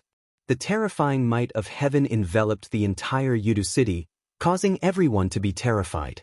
The civilians who were fleeing in panic saw that Yudu City was sealed and couldn't escape. They could only hide in their own residences. The soldiers guarding the city and patrolling guards were also playing their roles actively. They comforted the frightened civilians and quickly restored order and peace. Ji Tianxing flew in the city for a while and observed the situation in the city. He then made a decision. The situation wasn't bad. At least, there wasn't too much chaos, and there wasn't a large batch of soldiers escaping Yudu City. From this, it could be seen that the 50,000 soldiers and 200 god kings had firm wills. They were also very loyal to Commander Styx. It was also because of this that he couldn't let these people escape Yudu City. He had to plan carefully and catch them all in one fell swoop. Otherwise, if these soldiers were scattered all over Reincarnation Island, they would stir up trouble in the future. The chiefs of Hidden Dragon and Kuei tribe followed behind Ji Tianxing. After a long silence, they finally couldn't help but ask, "Lord Kenshin, Commander Styx has been killed by you. Yudu City has no leader. What should we do next?" "Lord, I think that if we wait for Chief Songhe to lead the army here, it will take a few more days. The people of Yudu City are already in a state of panic. If we delay, there might be changes. We have to attack the city as soon as possible and take control of this city." The 7,500 soldiers led by Chief Songhe hadn't arrived yet. If Ji Tianxing wanted to attack Yudu City, he could only use the 5,000 soldiers outside the city. And those 5,000 soldiers were the disciples of Hidden Dragon and Kuei tribe. In other words, if Ji Tianxing did that, the merit of conquering Yudu City would belong to these 2 tribes. They would become the greatest contributors. The 2 chiefs had made such a suggestion with the intention of snatching the merit, but it was indeed in line with the actual situation. However, Ji Tianxing already had plans. He said calmly, "I will let Yuan and Region Lord and the rest control the South City Gate to ensure that the city gate can be opened at any time and remove the toxic fog outside the city. Only then can we coordinate with the outside and welcome the army into the city. The 5,000 disciples of Hidden Dragon and Kuei tribe also have to be prepared at all times in case of any sudden situations. However, this is just a precautionary measure. There's still a huge risk. After all, with just 5,000 soldiers, it's impossible to control the 50,000 soldiers and 200 god kings in Yudu City." The two chiefs were speechless. They also understood that this plan wouldn't work, so they asked, "Since my lord already has a plan, we will naturally follow your orders. However, I wonder what my lord plans to do?" Ji Tianxing revealed a playful smile and said, "The main task is still to control Netherworld God Palace and stabilize the 20,000 elite soldiers and 200 god kings. The 6 region lords and 22 god kings that I will send are all strong practitioners that Commander Mingi trusts the most. They are basically the god generals and commanders that lead the army. Their statuses are extremely high. Let them stabilize the situation in Netherworld God Palace first. I will enter Netherworld God Palace secretly and control the soldiers and god kings in batches, forcing them to surrender and swear their loyalty." When the two chiefs heard this, they knew that this plan was very reliable and feasible. This method of boiling the frog in warm water could gradually control the 20,000 soldiers and 200 god kings in Netherworld God Palace. Even if there was a mistake in the middle or someone felt that something was wrong and wanted to escape, it wouldn't cause too much damage. First, they would nibble away in the dark. After controlling Netherworld God Palace, they could swallow the entire Yudu City and even the entire Reincarnation Island.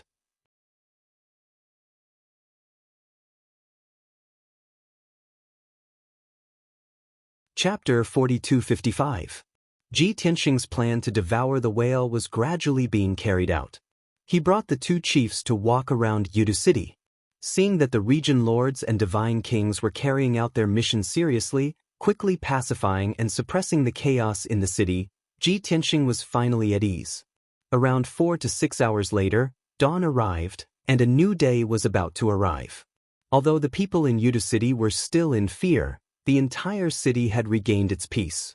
At this time, the Yuan and Region Lord and the rest had already taken over the South City Gate and had it under their control. Ji Tianxing secretly went to the South City Gate, and with the cooperation of the Yuan and Region Lord, he released the 2 tribe leaders from Yudu City. The Hidden Dragon and Kuei tribe leaders left Yudu City and returned to the army. They would personally lead their disciples and wait for Ji Tianxing's orders. Ji Tianxing stayed in Yudu City alone and continued his series of plans. He went to Yudu Divine Palace again and passed through the crack in the formation, silently entering the Divine Palace. On the other side, the region lords and over 20 divine kings also gradually took control of the entire Divine Palace. They controlled the Divine Palace where Commander Mingi usually resided. They held Commander Mingi's medallion, controlling and commanding 20,000 soldiers and 200 god kings. With their cooperation, Ji Tianxing entered the Divine Palace without any obstructions and took over Commander Mingi's residence. In this way, he wouldn't be discovered by the other divine kings if he hid in the Divine Palace. The sun rose, and a new day arrived.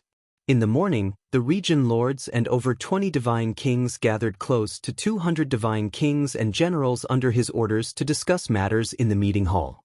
The region lords told the generals about what happened last night, as well as Commander Mingi's whereabouts and plans. Commander Mingi escaped and shook off Kenshin's pursuit. During this period of time, they would pass on Commander Mingi's orders and command the defense of Yudu City. No matter what happened, Yudu City couldn't fall into chaos, and Yudu Divine Palace had to be strictly guarded. Nothing could go wrong. If anyone left their post or escaped, they would be executed on the spot. There was no tolerance. Most of the god kings and generals had no objections to this. Everyone was willing to hole up in Yudu City and hide in the Netherworld Divine Palace, waiting for Commander Mingi to return. However, among the many god kings, The patriarchs and elders of 4 ancient clans were extremely dissatisfied with this and raised their doubts. Their loyalty to Commander Styx was lower, their own forces were stronger, and their sense of smell was sharper. They had sensed a conspiracy and danger in this incident. They refused to believe the domain masters and the 20 or so god generals and commanders. Regarding this, the territorial leaders could only explain it in front of everyone. Seeing that the patriarchs and elders of the clans didn't listen at all and still didn't believe it, the domain masters asked them to stay and talk in detail after the meeting. Next, the territorial lords and the most powerful divine generals and commanders made some slight adjustments to the military deployment of Nether God Palace. After the meeting was over, the God Kings bid farewell and left to carry out their missions. Only the patriarchs and elders of the 4 ancient clans remained in the conference hall, waiting for the territorial leaders to give a reasonable explanation. They insisted that if the territorial leaders couldn't produce sufficient evidence, they wouldn't be convinced and would refuse to listen to their orders. The best way was to find a way to get in touch with the Nether River commander and have them talk to him. The territorial leaders smiled and nodded in agreement, saying that these conditions could be fulfilled. Thus, the patriarchs and elders of the 4 ancient clans remained in the conference hall, waiting for the results. However, something unexpected happened. More than 10 god generals and commanders quietly left the conference hall and activated the defensive formation of the entire divine palace. A total of 3 formations were activated at the same time. The outermost formation had a concealment effect, blocking all divine senses. The middle formation had a strong defense, and the innermost formation was a sealing formation that sealed the entire divine palace. This way, the people outside wouldn't be able to know what was happening inside the divine palace. Even if the patriarchs and elders of the 4 ancient clans were killed by the crowd, it wouldn't alarm anyone else. Sensing that the situation wasn't good, the experts of the 4 ancient clans were full of vigilance and immediately jumped up. They took out their divine weapons and looked at the territorial leaders and the god kings warily. They asked loudly, "What are you doing? Are you trying to silence us? I've always thought that you were a little strange. Now, it seems that there is indeed something wrong with you." The patriarchs and elders of the 4 clans were alert. They had long been on guard and were about to draw their swords against each other. However, the territorial leaders didn't panic at all. They smiled and said, "What's the rush? Didn't you want to see Commander Mingi? We'll let you see him immediately." The patriarchs and elders of the 4 ancient clans were stunned and subconsciously looked at the secret door in the corner of the conference hall. At this moment, Ji Tianxing, who was dressed in a white robe and had a dignified expression, walked out of the secret door in the corner. When he appeared, the gazes of the patriarchs and elders of the 4 clans immediately gathered on him. They were dumbfounded at that moment. The conference hall was silent and the atmosphere was very awkward. Even a fool would know that the white-robed youth wasn't Commander Mingi. However, the 4 patriarchs and elders all felt that the white-robed youth's appearance was very familiar, as if they had seen him somewhere before. After a moment of absent-mindedness, they finally remembered. That handsome, dignified, mysterious, and dignified white-robed youth should be the legendary Kenshin, the super expert whose name shook the world and shook the god world. The peerless genius who claimed that he would unify the god world and fight against the 5 god emperors. At this moment, the 4 patriarchs and elders' legs were about to turn to jelly, and their faces were full of shock. A few elders with weaker self-control couldn't help but exclaim, "Kenshin! He's Kenshin!" The shouts of these elders were purely superfluous. The people present weren't stupid. Who didn't know that it was Kenshin? However, their exclamations made the atmosphere even heavier and more oppressive. When the 4 patriarchs and elders saw Ji Tianxing walk to the throne at the head of the table, they all subconsciously retreated.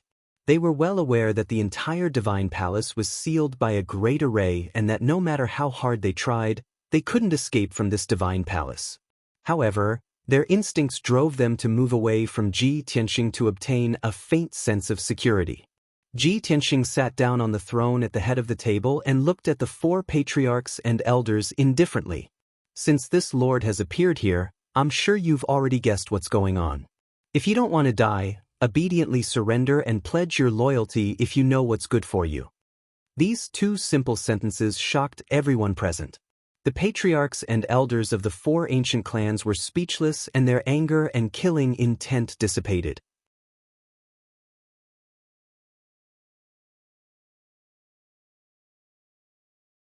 Chapter 4256.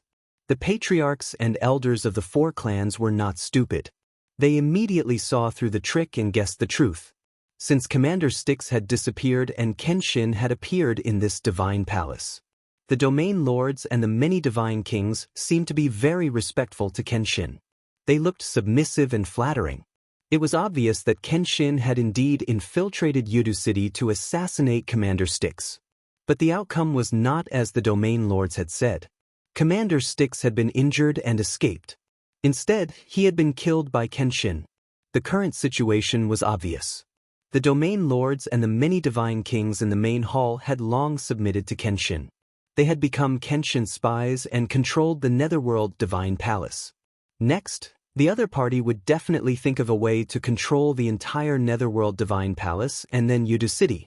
Facing the mysterious and powerful Kenshin, the patriarchs and elders of the four clans did not have any intention of resisting. Not to mention the fact that Kenshin had the domain lords and the many divine kings beside him. Even if Kenshin was alone, they did not have the guts to attack. Even if they had 12 divine kings, they were not confident that they could defeat Kenshin alone. This was the deterrence of a peerless expert. The four patriarchs and elders were silent. They were silently weighing the pros and cons in their hearts. They were not willing to speak. Although they had predicted the outcome and knew that they could not resist today, they had pride and dignity. However, everyone had their own pride and backbone. Due to this problem, they didn't want to appear too weak to avoid being mocked by others. But Ji Tianxing did not have the time to slowly waste time with them. He directly released a violent divine aura that swept towards them. "I will give you 10 breaths of time. If you do not surrender, you will be killed without mercy." The four patriarchs and elders were stunned. They immediately showed fear in their eyes. They hurriedly looked at each other and communicated with their eyes. But everyone was in despair and helplessness. No one could think of a way or come up with any ideas that could change the situation.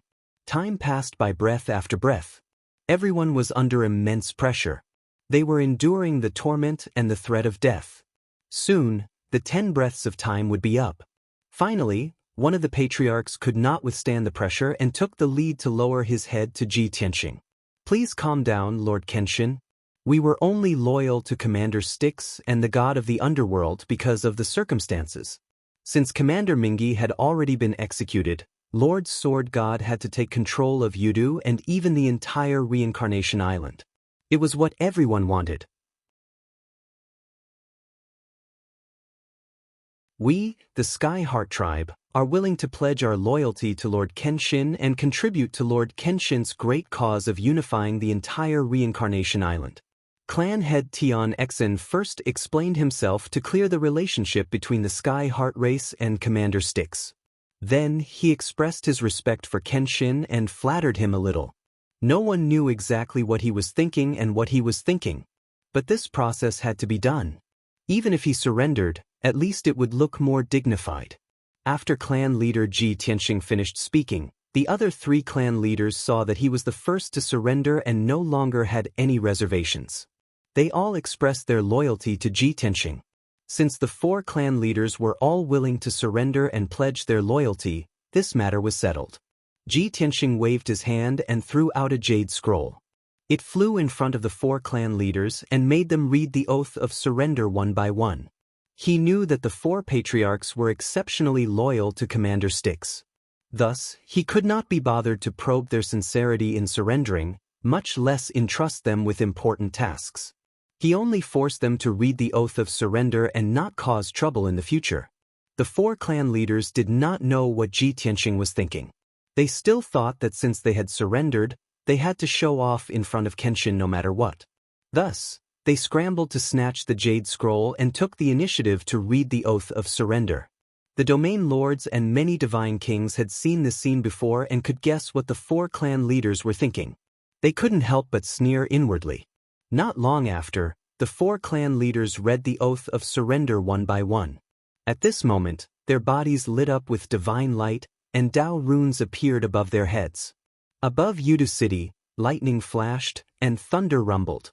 Feeling the mysterious heavenly might, the 4 clan leaders kept quiet out of fear, their hearts filled with unease. Now, even if they were given 10 guts, they would not dare to disobey Kenshin's orders. But this matter was not over yet. Ji Tianxing took out a simple oath of surrender and threw it to the 8 clan leaders, asking them to read it in front of everyone. Although the 4 clan leaders could represent their clans, Ji Tianxing was not afraid of them playing tricks. They had not sworn an oath of surrender. However, the 8 elders did not swear an oath to the Tao of Heaven. If they intentionally or unintentionally leaked any information and harmed Ji Tianxing's interests, that would be unforgivable. To prevent such a thing from happening, it was more reliable to make them swear an oath. The 8 clan leaders did not expect Kenshin to target them. While they complained in their hearts, they could only obediently read the oath of surrender. They had no choice. Their clan leaders had already surrendered and pledged their loyalty. They could not possibly resist, right? Not to mention that if they resisted, it would make things difficult for the clan leaders. Just Kenshin's anger alone could easily take their lives. In order to protect themselves, it was better to obediently pledge their loyalty. Anyway, the many god kings in the hall had already sworn their oaths of surrender, so it was not embarrassing. Just like that, after a few minutes, the 8 clan leaders had all surrendered. In the sky above Yudu City, the dull sound of thunder rang out again. The tens of thousands of guards in the city, as well as the millions of citizens, were all shocked by the mighty heavenly might and the rumbling thunder. The citizens were all anxious and secretly discussed why such a phenomenon of heaven and earth had appeared again. Such a phenomenon appeared last night, and it was said that Kenshin had come to assassinate Commander Styx. Why did it appear again today? Could it be that Kenshin was still in Yudu City? Was he still fighting with Commander Styx? That was impossible. If that was the case, Yudu City would not be so peaceful. It would have been destroyed by the aftermath of the battle between the 2 experts. Therefore, some citizens guessed that Kenshin was the favored child of the heavens, the embodiment of justice, representing the heavenly Tao to protect the order of the god world. This should be the tyranny of Commander Styx and the god of the underworld, which angered the heavens, so such a lightning punishment was sent down, right? The citizens discussed fervently, and there were all kinds of strange theories. Fortunately, there were many experts and guards in the city, so the city could still maintain its peace and did not become chaotic. Not long after, the patriarchs and elders of the 4 clans left the discussion hall with normal expressions. The 3 god formations of the god palace were also closed, and everything returned to normal. Some of the guards and soldiers outside, even if they had some doubts, did not dare to casually discuss or ask. Even if there were some generals who asked the 4 clan leaders what had happened previously.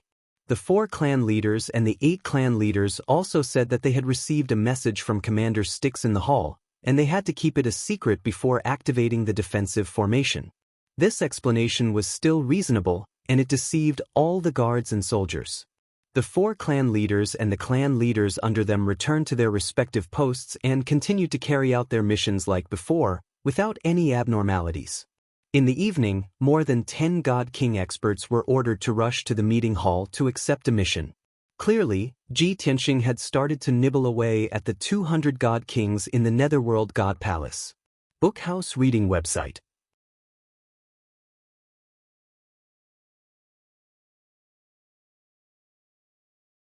Chapter 4257. The 4 clan leaders and 8 elders of the first batch did not show any abnormalities. The 20,000 soldiers and god kings of the Netherworld God Palace naturally did not notice anything, let alone expect Kenshin to be there. Therefore, the 18 god kings of the second batch received a secret order from the territorial lords and knew that there was a top-secret mission for them. They entered the meeting hall without any precaution. What happened next was similar to what happened before. The triple divine formation was activated again and enveloped the entire divine palace, isolating it from the outside world's divine consciousness. No one knew what happened in the divine palace. Only the territorial lords and a dozen god kings stayed in the main hall to witness the entire process. The divine palace's defensive formation was only deactivated after about an hour. 16 god kings left the main hall one after another and returned to their posts with calm expressions. There did not seem to be anything out of the ordinary. The soldiers outside the divine palace did not know what they had experienced at all. They did not know why only 16 of them came out of the 18 who went in. Even the soldiers and god kings who were familiar with them could not get any answers when they asked the 16 people. They all used the reason of confidentiality and refused to reveal any information. Just like that, the second batch of god kings was forced to submit and swear allegiance to Ji Tianqing. The two stubborn god kings, who would rather die than submit, died just as they wished and joined Commander Styx in death.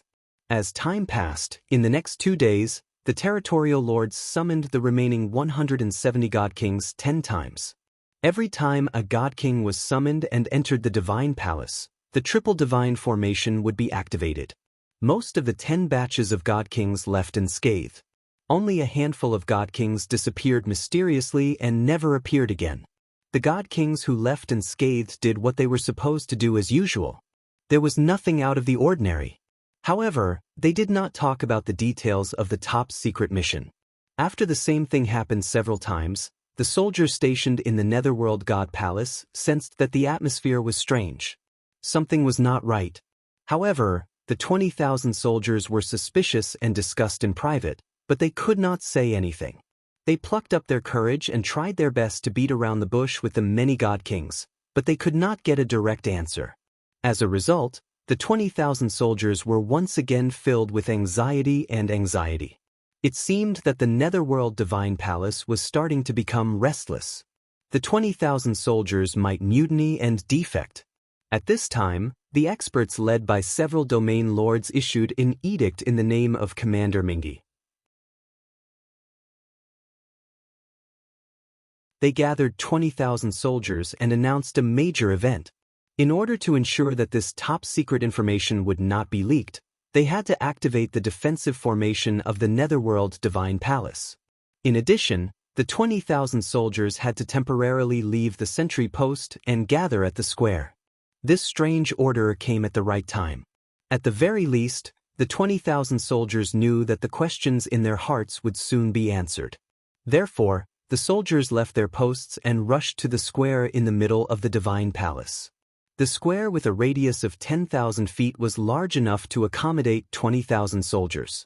They lined up in the square according to different forces and formations. Close to 100 divine king powerhouses surrounded the plaza, waiting patiently.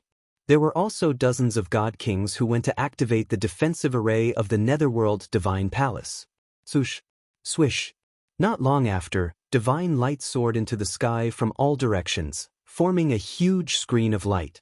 Soon, all the formations within a radius of 15 miles were activated, forming a semicircular blood-colored screen of light that sealed the entire Netherworld Divine Palace. The blood-colored screen of light blocked out divine consciousness. Everything that happened in the Divine Palace could not be detected by the outside world. Seeing this, the 20,000 soldiers on the square immediately panicked and worried. Many of them had a bad premonition.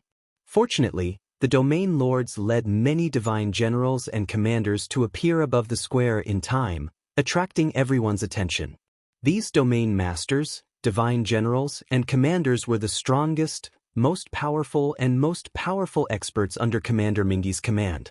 In other words, they were also the core leaders of Yudu City and the tens of thousands of soldiers. Since they had appeared, the 20,000 soldiers waited patiently to see what they were going to announce and how they were going to explain it.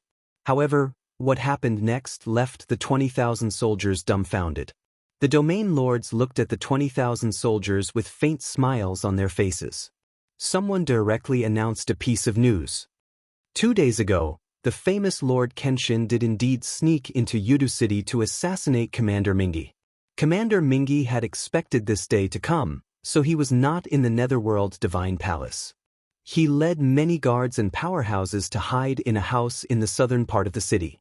He originally wanted to escape from Yudu City in the chaos when Kenshin attacked the Netherworld Divine Palace, abandoning all his soldiers. Unfortunately, the wise and mighty Lord Kenshin still found him and killed him easily with lightning speed. Upon hearing this shocking news, the 20,000 soldiers were dumbfounded and petrified on the spot. Such an earth-shattering change caused everyone to be extremely shocked, and their minds went blank. After a long while, the 20,000 soldiers came back to their senses and immediately burst into chaotic cries and shouts. Only then did they understand that the domain lords and godly king powerhouses had been acting for the past 2 days. It turned out that the rumors of Commander Mingi escaping from Kenshin's pursuit were all fake. There was also a portion of soldiers who did not believe this sensational news. They firmly believed that Commander Mingi would not be killed so easily. However, the 100-odd godly king powerhouses around the square all remained silent with indifferent expressions. It was obvious that they had known about this news long ago and had accepted this result. At this moment, the Grand Commander of the Forbidden Army stood up and said to the soldiers, "Everyone, there is no need to doubt. Commander Mingi has indeed fallen. Lord Kenshin also did not leave Yudu City and has always been in the Netherworld Divine Palace. In these 2 days, Lord Kenshin summoned all the godly king powerhouses in batches and told everyone this result. We have all been influenced by Lord Kenshin's righteousness and dignity and have all turned over to the light, swearing loyalty to Lord Kenshin. Even if there were a few stubborn ones, they have already been punished by the heavens and turned into ashes." The vice commander of the Forbidden Army also took 2 steps forward and added, "Previously, weren't you all puzzled as to why there was always lightning in the sky above Yudu City? To tell everyone the truth, that is because we swore an oath to the heavenly Tao and caused this phenomenon." Finally, a highly respected domain lord said to the soldiers, "The general trend cannot be defied, and the will of the heavens cannot be defied. Lord Kenshin is the embodiment of justice, the messenger of the heavens, and has come to save Reincarnation Island. You all only have 2 choices now: either admit defeat and sincerely repent, or be punished by the heavens and die."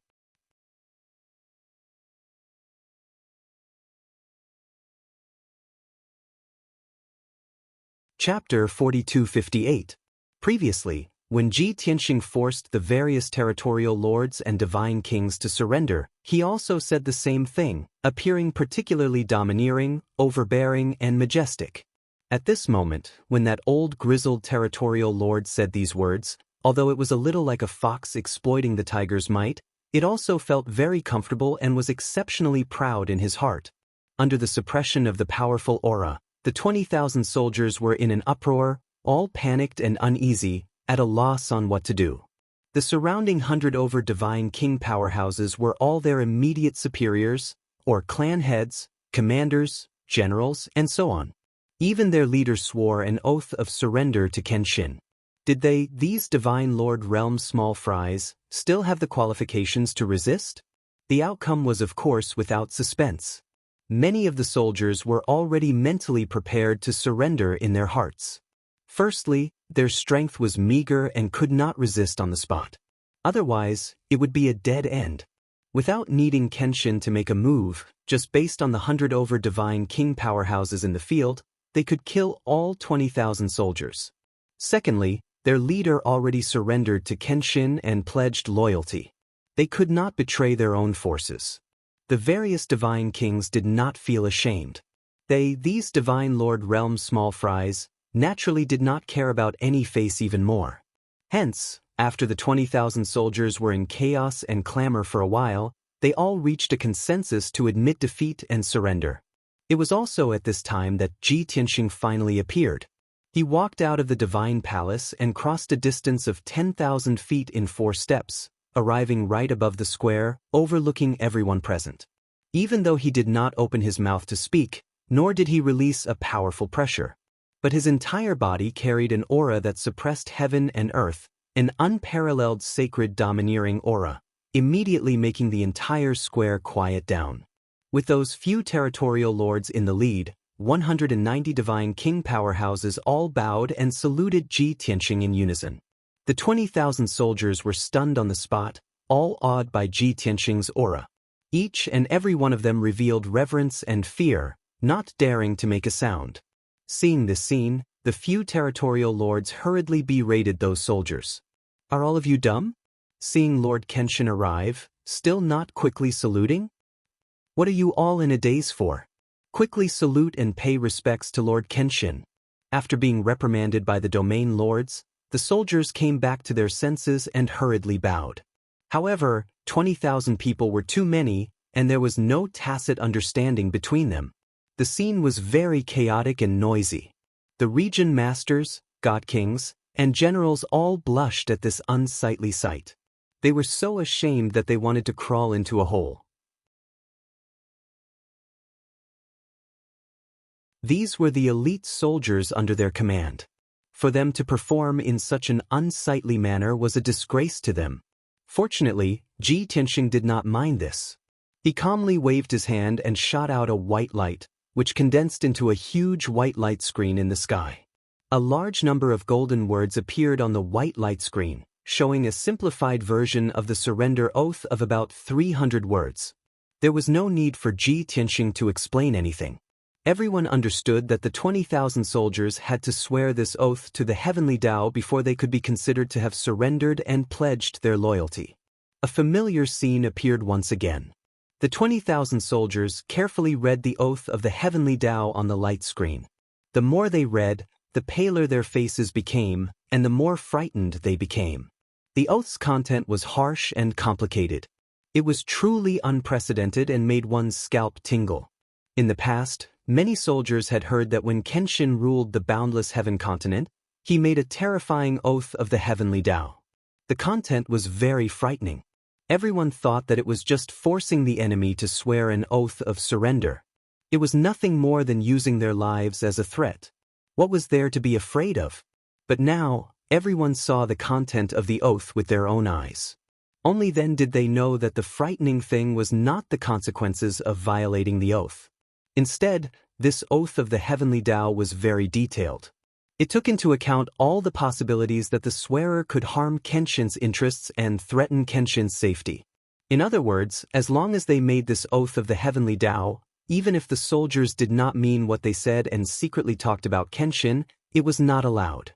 Even if they had disrespectful or hateful thoughts toward Kenshin, directly or indirectly harmed Kenshin's interests, or passively treated Kenshin's orders, they would be punished by the heavens. But anyone who made the oath of the heavenly Tao must be loyal to Kenshin wholeheartedly. Otherwise, they would be reduced to ashes. The 20,000 soldiers suddenly understood. No wonder those 190 divine kings, their leaders were all so obedient and were very respectful toward Kenshin. It turned out that it was all the effect of the oath of the heavenly Tao. The plaza experienced a brief silence. Some soldiers with stronger mental fortitude began to recite the oath of surrender. The other soldiers came back to their senses. They were afraid that they would show too much hesitation and resistance and be killed on the spot as a warning to others. Therefore, they did not hesitate anymore and hurriedly recited the oath loudly. The plaza immediately became lively, clamorous, and a boiling cauldron of voices. The order in which the 20,000 soldiers recited the oath was different. Their voices were either loud or soft and were not uniform. Just by listening to the voices, it was very hard to distinguish who recited the oath and who muddled through. But one thing was very obvious. They could clearly distinguish who was reciting the oath of the heavenly Tao. That was, when the oath of the heavenly Tao was recited halfway, divine light would light up all over the person reciting it. Tao rhymes would appear above their heads. This was the most obvious mark. There was no need for Ji Tianxing to supervise and check. The 190 divine king experts consciously carried out their duty of supervision. Even though 99% of the soldiers were very honest, there were still a dozen or so soldiers who played tricks. They pretended to be reciting the oath, but in reality, they were spouting nonsense. A few divine king experts pulled those people out and killed them on the spot. Their methods were even more ruthless than Ji Tianxing's. This action indeed intimidated all the soldiers, causing them to be filled with fear. No one dared to play tricks anymore. Even those who spoke slowly were so frightened that they hurriedly sped up and finished reciting the oath of surrender as soon as possible. Even so, it took a full 15 minutes for the 20,000 soldiers to recite the oath of surrender one after another. Everyone was enveloped by divine light, and a wisp of faintly discernible Dao rhymes appeared above their heads. In the sky above Yudu City, thunderbolts that covered the sky and earth appeared again. They flashed and boomed continuously. Yudu City, which was almost drowned by the lightning in the sky, fell into panic once again. The million citizens were on tenterhooks as they discussed quietly. The 30,000 soldiers guarding the city still didn't know what was going on. They were also very flustered and worried, and they all sent messages to the god generals to report. Those soldiers guarding the city would never have thought that their generals had long pledged their loyalty to the Kenshin. Hence, the reply that the 30,000 soldiers received was also very easy to guess. Naturally, it was for them to remain calm and not panic. When the soldiers guarding the city received the reply, they were still skeptical. However, there was nothing they could do. They could only stick to their posts. Not long later, the 20,000 soldiers of the Netherworld Divine Palace had all surrendered. The entire Netherworld Divine Palace had completely fallen into Ji Tianxing's control. He also appeared openly and didn't need to hide anymore. At this point, the plan to swallow the whale was more than half completed. As long as he subdued the 30,000 soldiers guarding the city, it would be over.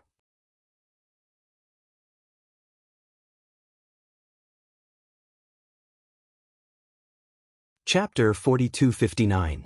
Not only did Ji Tianxing control the Netherworld God Palace, but he also subdued 20,000 soldiers.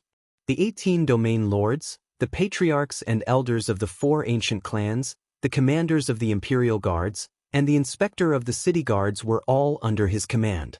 In this way, all of the mainstays under Commander Mingi's command were taken care of in one fell swoop. Just as the Netherworld God Palace regained its peace, Ji Tianxing received a message from clan head Song He.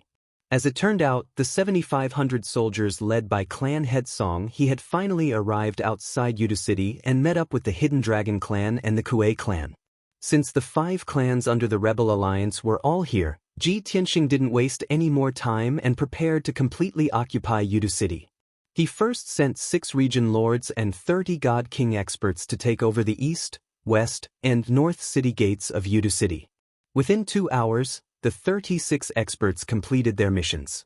In this way, the 4 city gates of Yudu City were all under Ji Tianxing's control. He then sent a message to the 5 clan heads of Song He, Hidden Dragon Clan, and Kuei Clan.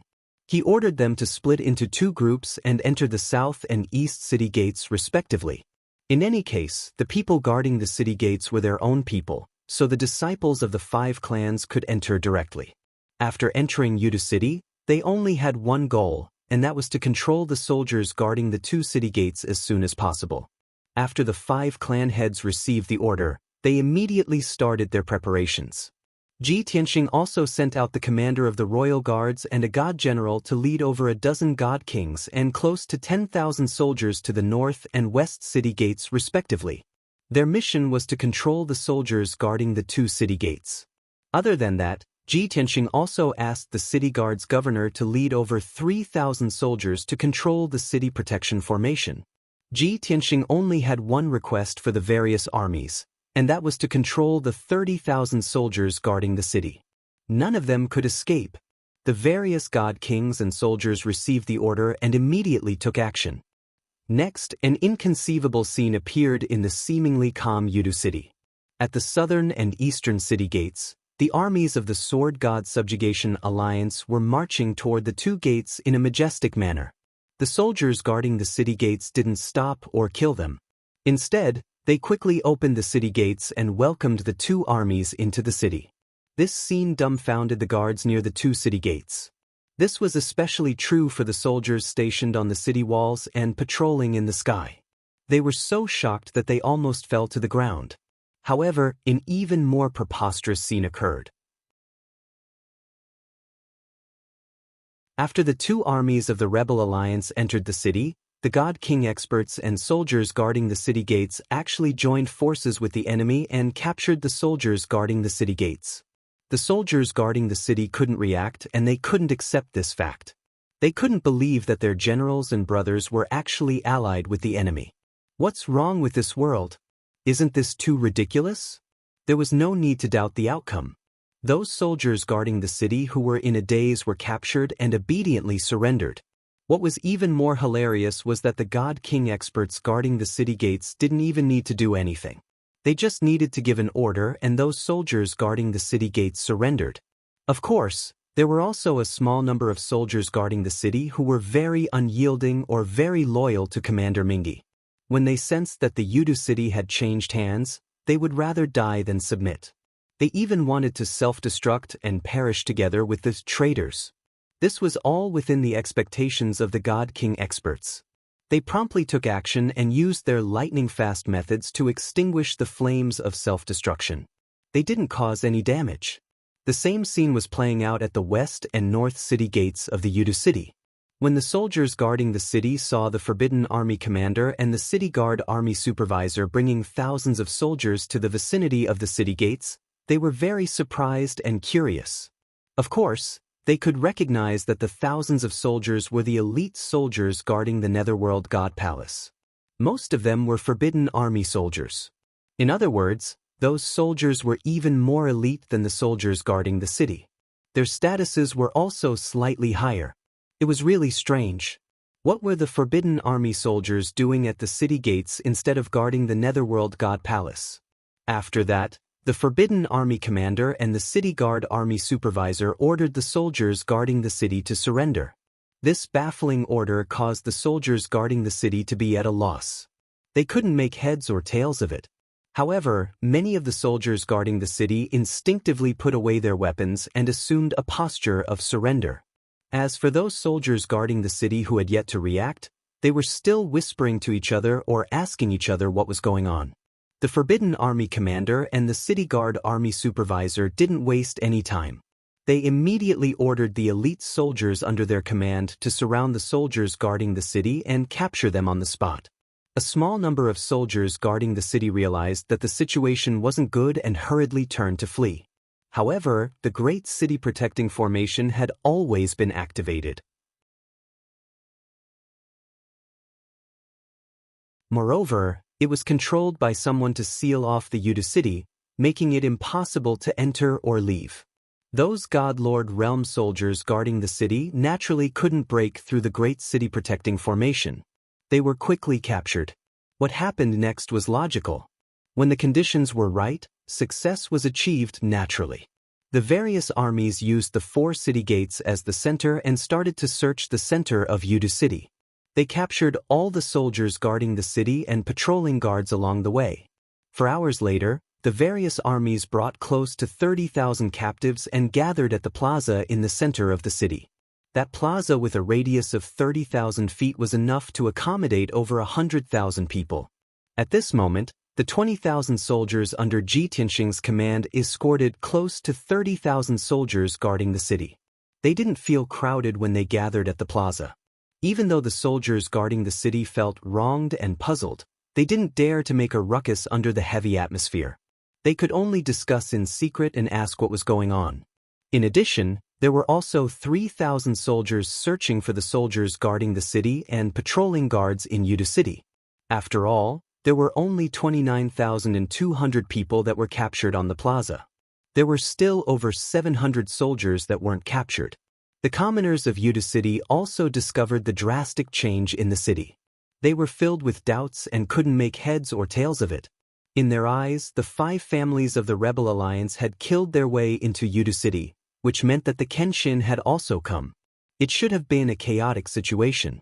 In the end, not only did the soldiers guarding Yudu city not deal with the Rebel Alliance's army, they even joined forces with the Rebel Alliance to capture the soldiers guarding the city. Helping the enemy to capture their own people? What was this called? The commoners of Yudu city were still slightly different from the commoners of Reincarnation Island. The commoners that lived in this city were all either rich or noble. The soldiers under Commander Mingi and Martial Blood Prison had many descendants and branches over the past 1,000 years. There were also many relatives and so on.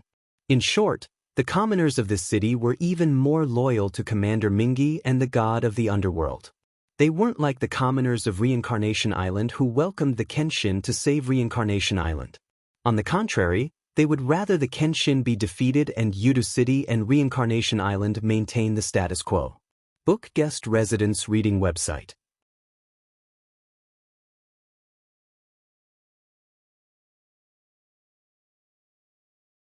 Chapter 4260.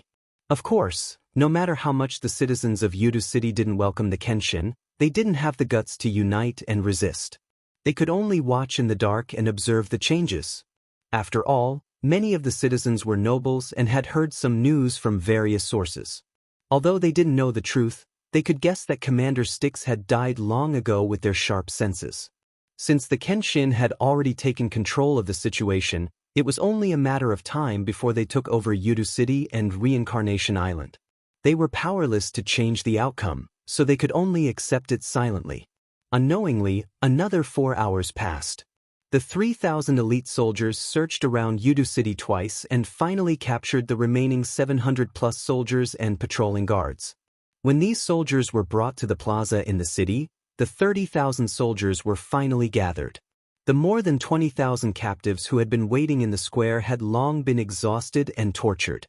Waiting in the unknown was the scariest, especially when they didn't know what their fate would be. At first, they were uneasy, but as they let their imaginations run wild, they were filled with fear. Now that the 30,000 soldiers were gathered, they guessed that the time to decide their fate had arrived, right? As expected, the Imperial Army Commander, Vice Commander, and City Guard Inspector began to speak. It was still the same speech as before, telling the soldiers that Commander Styx had already been killed by the Kenshin. Now, the 20,000 elite soldiers and close to 200 God King experts had already surrendered to the Kenshin. These 30,000 soldiers had to surrender to the Kenshin and swear their loyalty. Otherwise, they would be executed on the spot. Not to mention that the threat of death made the soldiers fearful and choose to surrender without hesitation. Their immediate superior, the numerous generals and city guard supervisor, had already surrendered to the Kenshin. What reason did they have to defend Yudu City? Commander Styx had already died, and their generals had also betrayed and surrendered. What loyalty did they have to talk about? The outcome was destined. The 30,000 soldiers didn't hesitate and immediately expressed their willingness to surrender. Therefore, Ji Tianxing appeared at the most appropriate time. With a dignified expression, he stepped across the sky and arrived above the plaza in the middle of the city. The 30,000 soldiers guarding the city had never seen Kenshin's true appearance, but they were well aware of Kenshin's powerful means. They were all fearful and uneasy. Ji Tianxing didn't waste time talking nonsense with the city guards. He waved his hand and projected a light screen, displaying a simplified version of the pledge of surrender. Under the orders and urging of the Imperial Army Commander and the City Guard Supervisor, the 30,000 soldiers could only brace themselves and recite the terrifying oath to the heavenly Tao. Not long after, 5-colored divine light resounded in the square, and a large amount of Daoist rhymes appeared. The sky above Yudu City was once again covered by boundless lightning, and the world-shaking roars of thunder rang out incessantly. Such a terrifying apparition of heaven and earth caused the entire Yudu City to tremble nonstop. These 30,000 soldiers were exceptionally obedient. After all, they were being watched by over 100 God Kings and surrounded by an army of over 20,000. No one dared to play any tricks. After a long while, the heaven and earth anomaly caused by the oath of the 30,000 soldiers finally ended. Yudu City gradually calmed down. At this point, Ji Tianxing's plan was 80% complete, and Yudu City was completely under his control. The 50,000 soldiers that originally belonged to Mingi and the 12,000 people from the 5 families had all become his soldiers. These 60,000 soldiers were the strongest force on Reincarnation Island, and they were enough to change the situation of the entire Reincarnation Island. After the 30,000 soldiers finished their oath, Ji Tianxing ordered for the defensive formation of Yudu City to be shut down and the 4 city gates to be opened. From this moment onwards, Yudu City was officially unsealed. Over 60,000 soldiers were split into over 30 groups, and they were scattered all over Yudu City.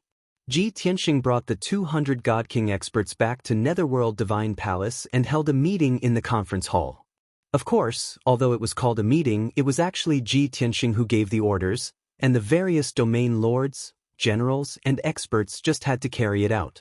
This was because Ji Tianxing already had a well-thought-out plan for the follow-up plans and plans. When the various God King experts lined up neatly in the conference hall, the meeting officially began. Ji Tianxing's first order was to announce the news. He wanted everyone on Reincarnation Island to know that Mingi was dead and that the god of the underworld had no time to care about Reincarnation Island. Now that Kenshin had led his army to conquer Yudu City and subdued all the soldiers and the 18 domain lords, he had complete control of Reincarnation Island. Although the news would soon spread throughout the Reincarnation Island through various channels, the news would soon spread throughout the island. However, such a serious and solemn matter had to be officially announced to show its authority. The second order was to remove the defense of Yudu City and return to normal. The 18 domain lords also had to bring their soldiers back to their respective domain lord manors to maintain order in their territories and calm the chaos. After all, in the past half a month, the 18 domains had been in chaos and chaos. The most important thing now was to restore peace to Reincarnation Island. The third order was one of the objectives of Ji Tianxing's attack on Reincarnation Island. This order was also given to the 18 domain lords. After they returned to their respective territories and calmed the chaos, they had to restore the freedom of the people as quickly as possible. The slavery system that had been practiced on Reincarnation Island for thousands of years was officially abolished. Whether it was the god race or the other races, they would regain their freedom from now on. They would no longer be slaves to the god of the underworld. In addition, all the statues of the god of the underworld, Mingi, and the Blood Hell Marshal on Reincarnation Island had to be destroyed as soon as possible. After announcing these three major events, Ji Tianxing issued a series of orders to deal with all the small matters in an orderly manner. This included the 4 ancient clans that had been loyal to Commander Mingi and had only surrendered 2 days ago. They had also received appropriate arrangements. Ji Tianxing didn't punish them, but he didn't reward them either. For the 4 ancient clans, it was already a blessing that they could keep their lives and their eternal legacy. As Ji Tianxing announced the various orders, the domain lords, generals, and god kings that were named bowed and accepted the orders. At this point, the Pine Crane clan, Hidden Dragon clan, Kuei clan, Fong clan, and Quicksand clan all felt somewhat disappointed and regretful. They finally understood that Kenshin didn't intend to choose a new domain lord. Instead, he would continue to appoint the 18 domain lords. After all, the 18 domain lords had already sworn their loyalty. As long as they didn't want to die, they wouldn't betray Kenshin. As for the 5 ancient clans, they had risked their lives to fight for the position of domain lord. At this moment, Ji Tianxing announced one last thing. That was, the first 5 ancient clans to join the anti-rebel alliance would be rewarded based on their contributions. He took out the resources and treasures that he had prepared long ago. They were worth nearly 100 trillion gold coins and used them to reward the 5 ancient clans. The people of the 5 ancient clans were instantly stunned by the huge surprise. Translator, Timothy_editor, Globeglotter.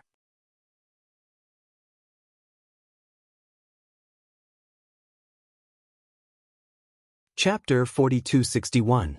The 5 ancient clans were a little disappointed just now. Now that they knew that Ji Tianxing had taken out 100 trillion worth of resources and treasures to reward them, they were extremely excited. Even if it was evenly distributed, each ancient clan would be able to get 20 trillion worth of cultivation resources. This number was already comparable to the value of each ancient clan's treasure vault. With this reward, their assets and wealth would double, and their strength and foundation would be even more abundant. Moreover, after this huge surprise, Ji Tianxing added another reward. That was, he would take out 20 more divine abilities and secret techniques to reward the 5 ancient clans. Hearing this news, the 5 ancient clans were even more excited. They knew that the divine abilities and secret techniques that Kenshin took out were definitely high-end and precious divine abilities. They either had miraculous effects or were extremely powerful. If an ordinary person could obtain one or two of them, it would already be a great harvest. If each ancient clan could obtain 20 divine abilities and secret techniques, their power would definitely grow even stronger. In the future, these 5 ancient clans would definitely be the strongest on Reincarnation Island. No one would be able to compete with them. Ji Tianxing took out 10 interspatial rings and gave them to the 5 patriarchs of the ancient clans. Each clan received 2 interspatial rings that contained different amounts of cultivation resources and treasures. There were also jade slips that recorded the 20 divine abilities. Since it was a reward based on merit, the resources and wealth that each clan received were different. The Fong clan and the Quicksand clan received the least rewards. They only received 15 trillion worth of cultivation resources. The clan that received the most rewards was undoubtedly the Pine Crane clan. The cultivation resources they received were worth 30 trillion. As for the Hidden Dragon clan and the Kuei clan, they were in the middle. They received 20 trillion worth of resources. Of course, Ji Tianxing's additional 20 divine abilities and secret techniques were the same for all 5 ancient clans. There was no difference in this. The value of these 20 divine abilities and secret techniques was immeasurable. There was no need to give a corresponding value. The 5 ancient clan leaders received their rewards happily. They bowed again and again to express their gratitude to Ji Tianxing.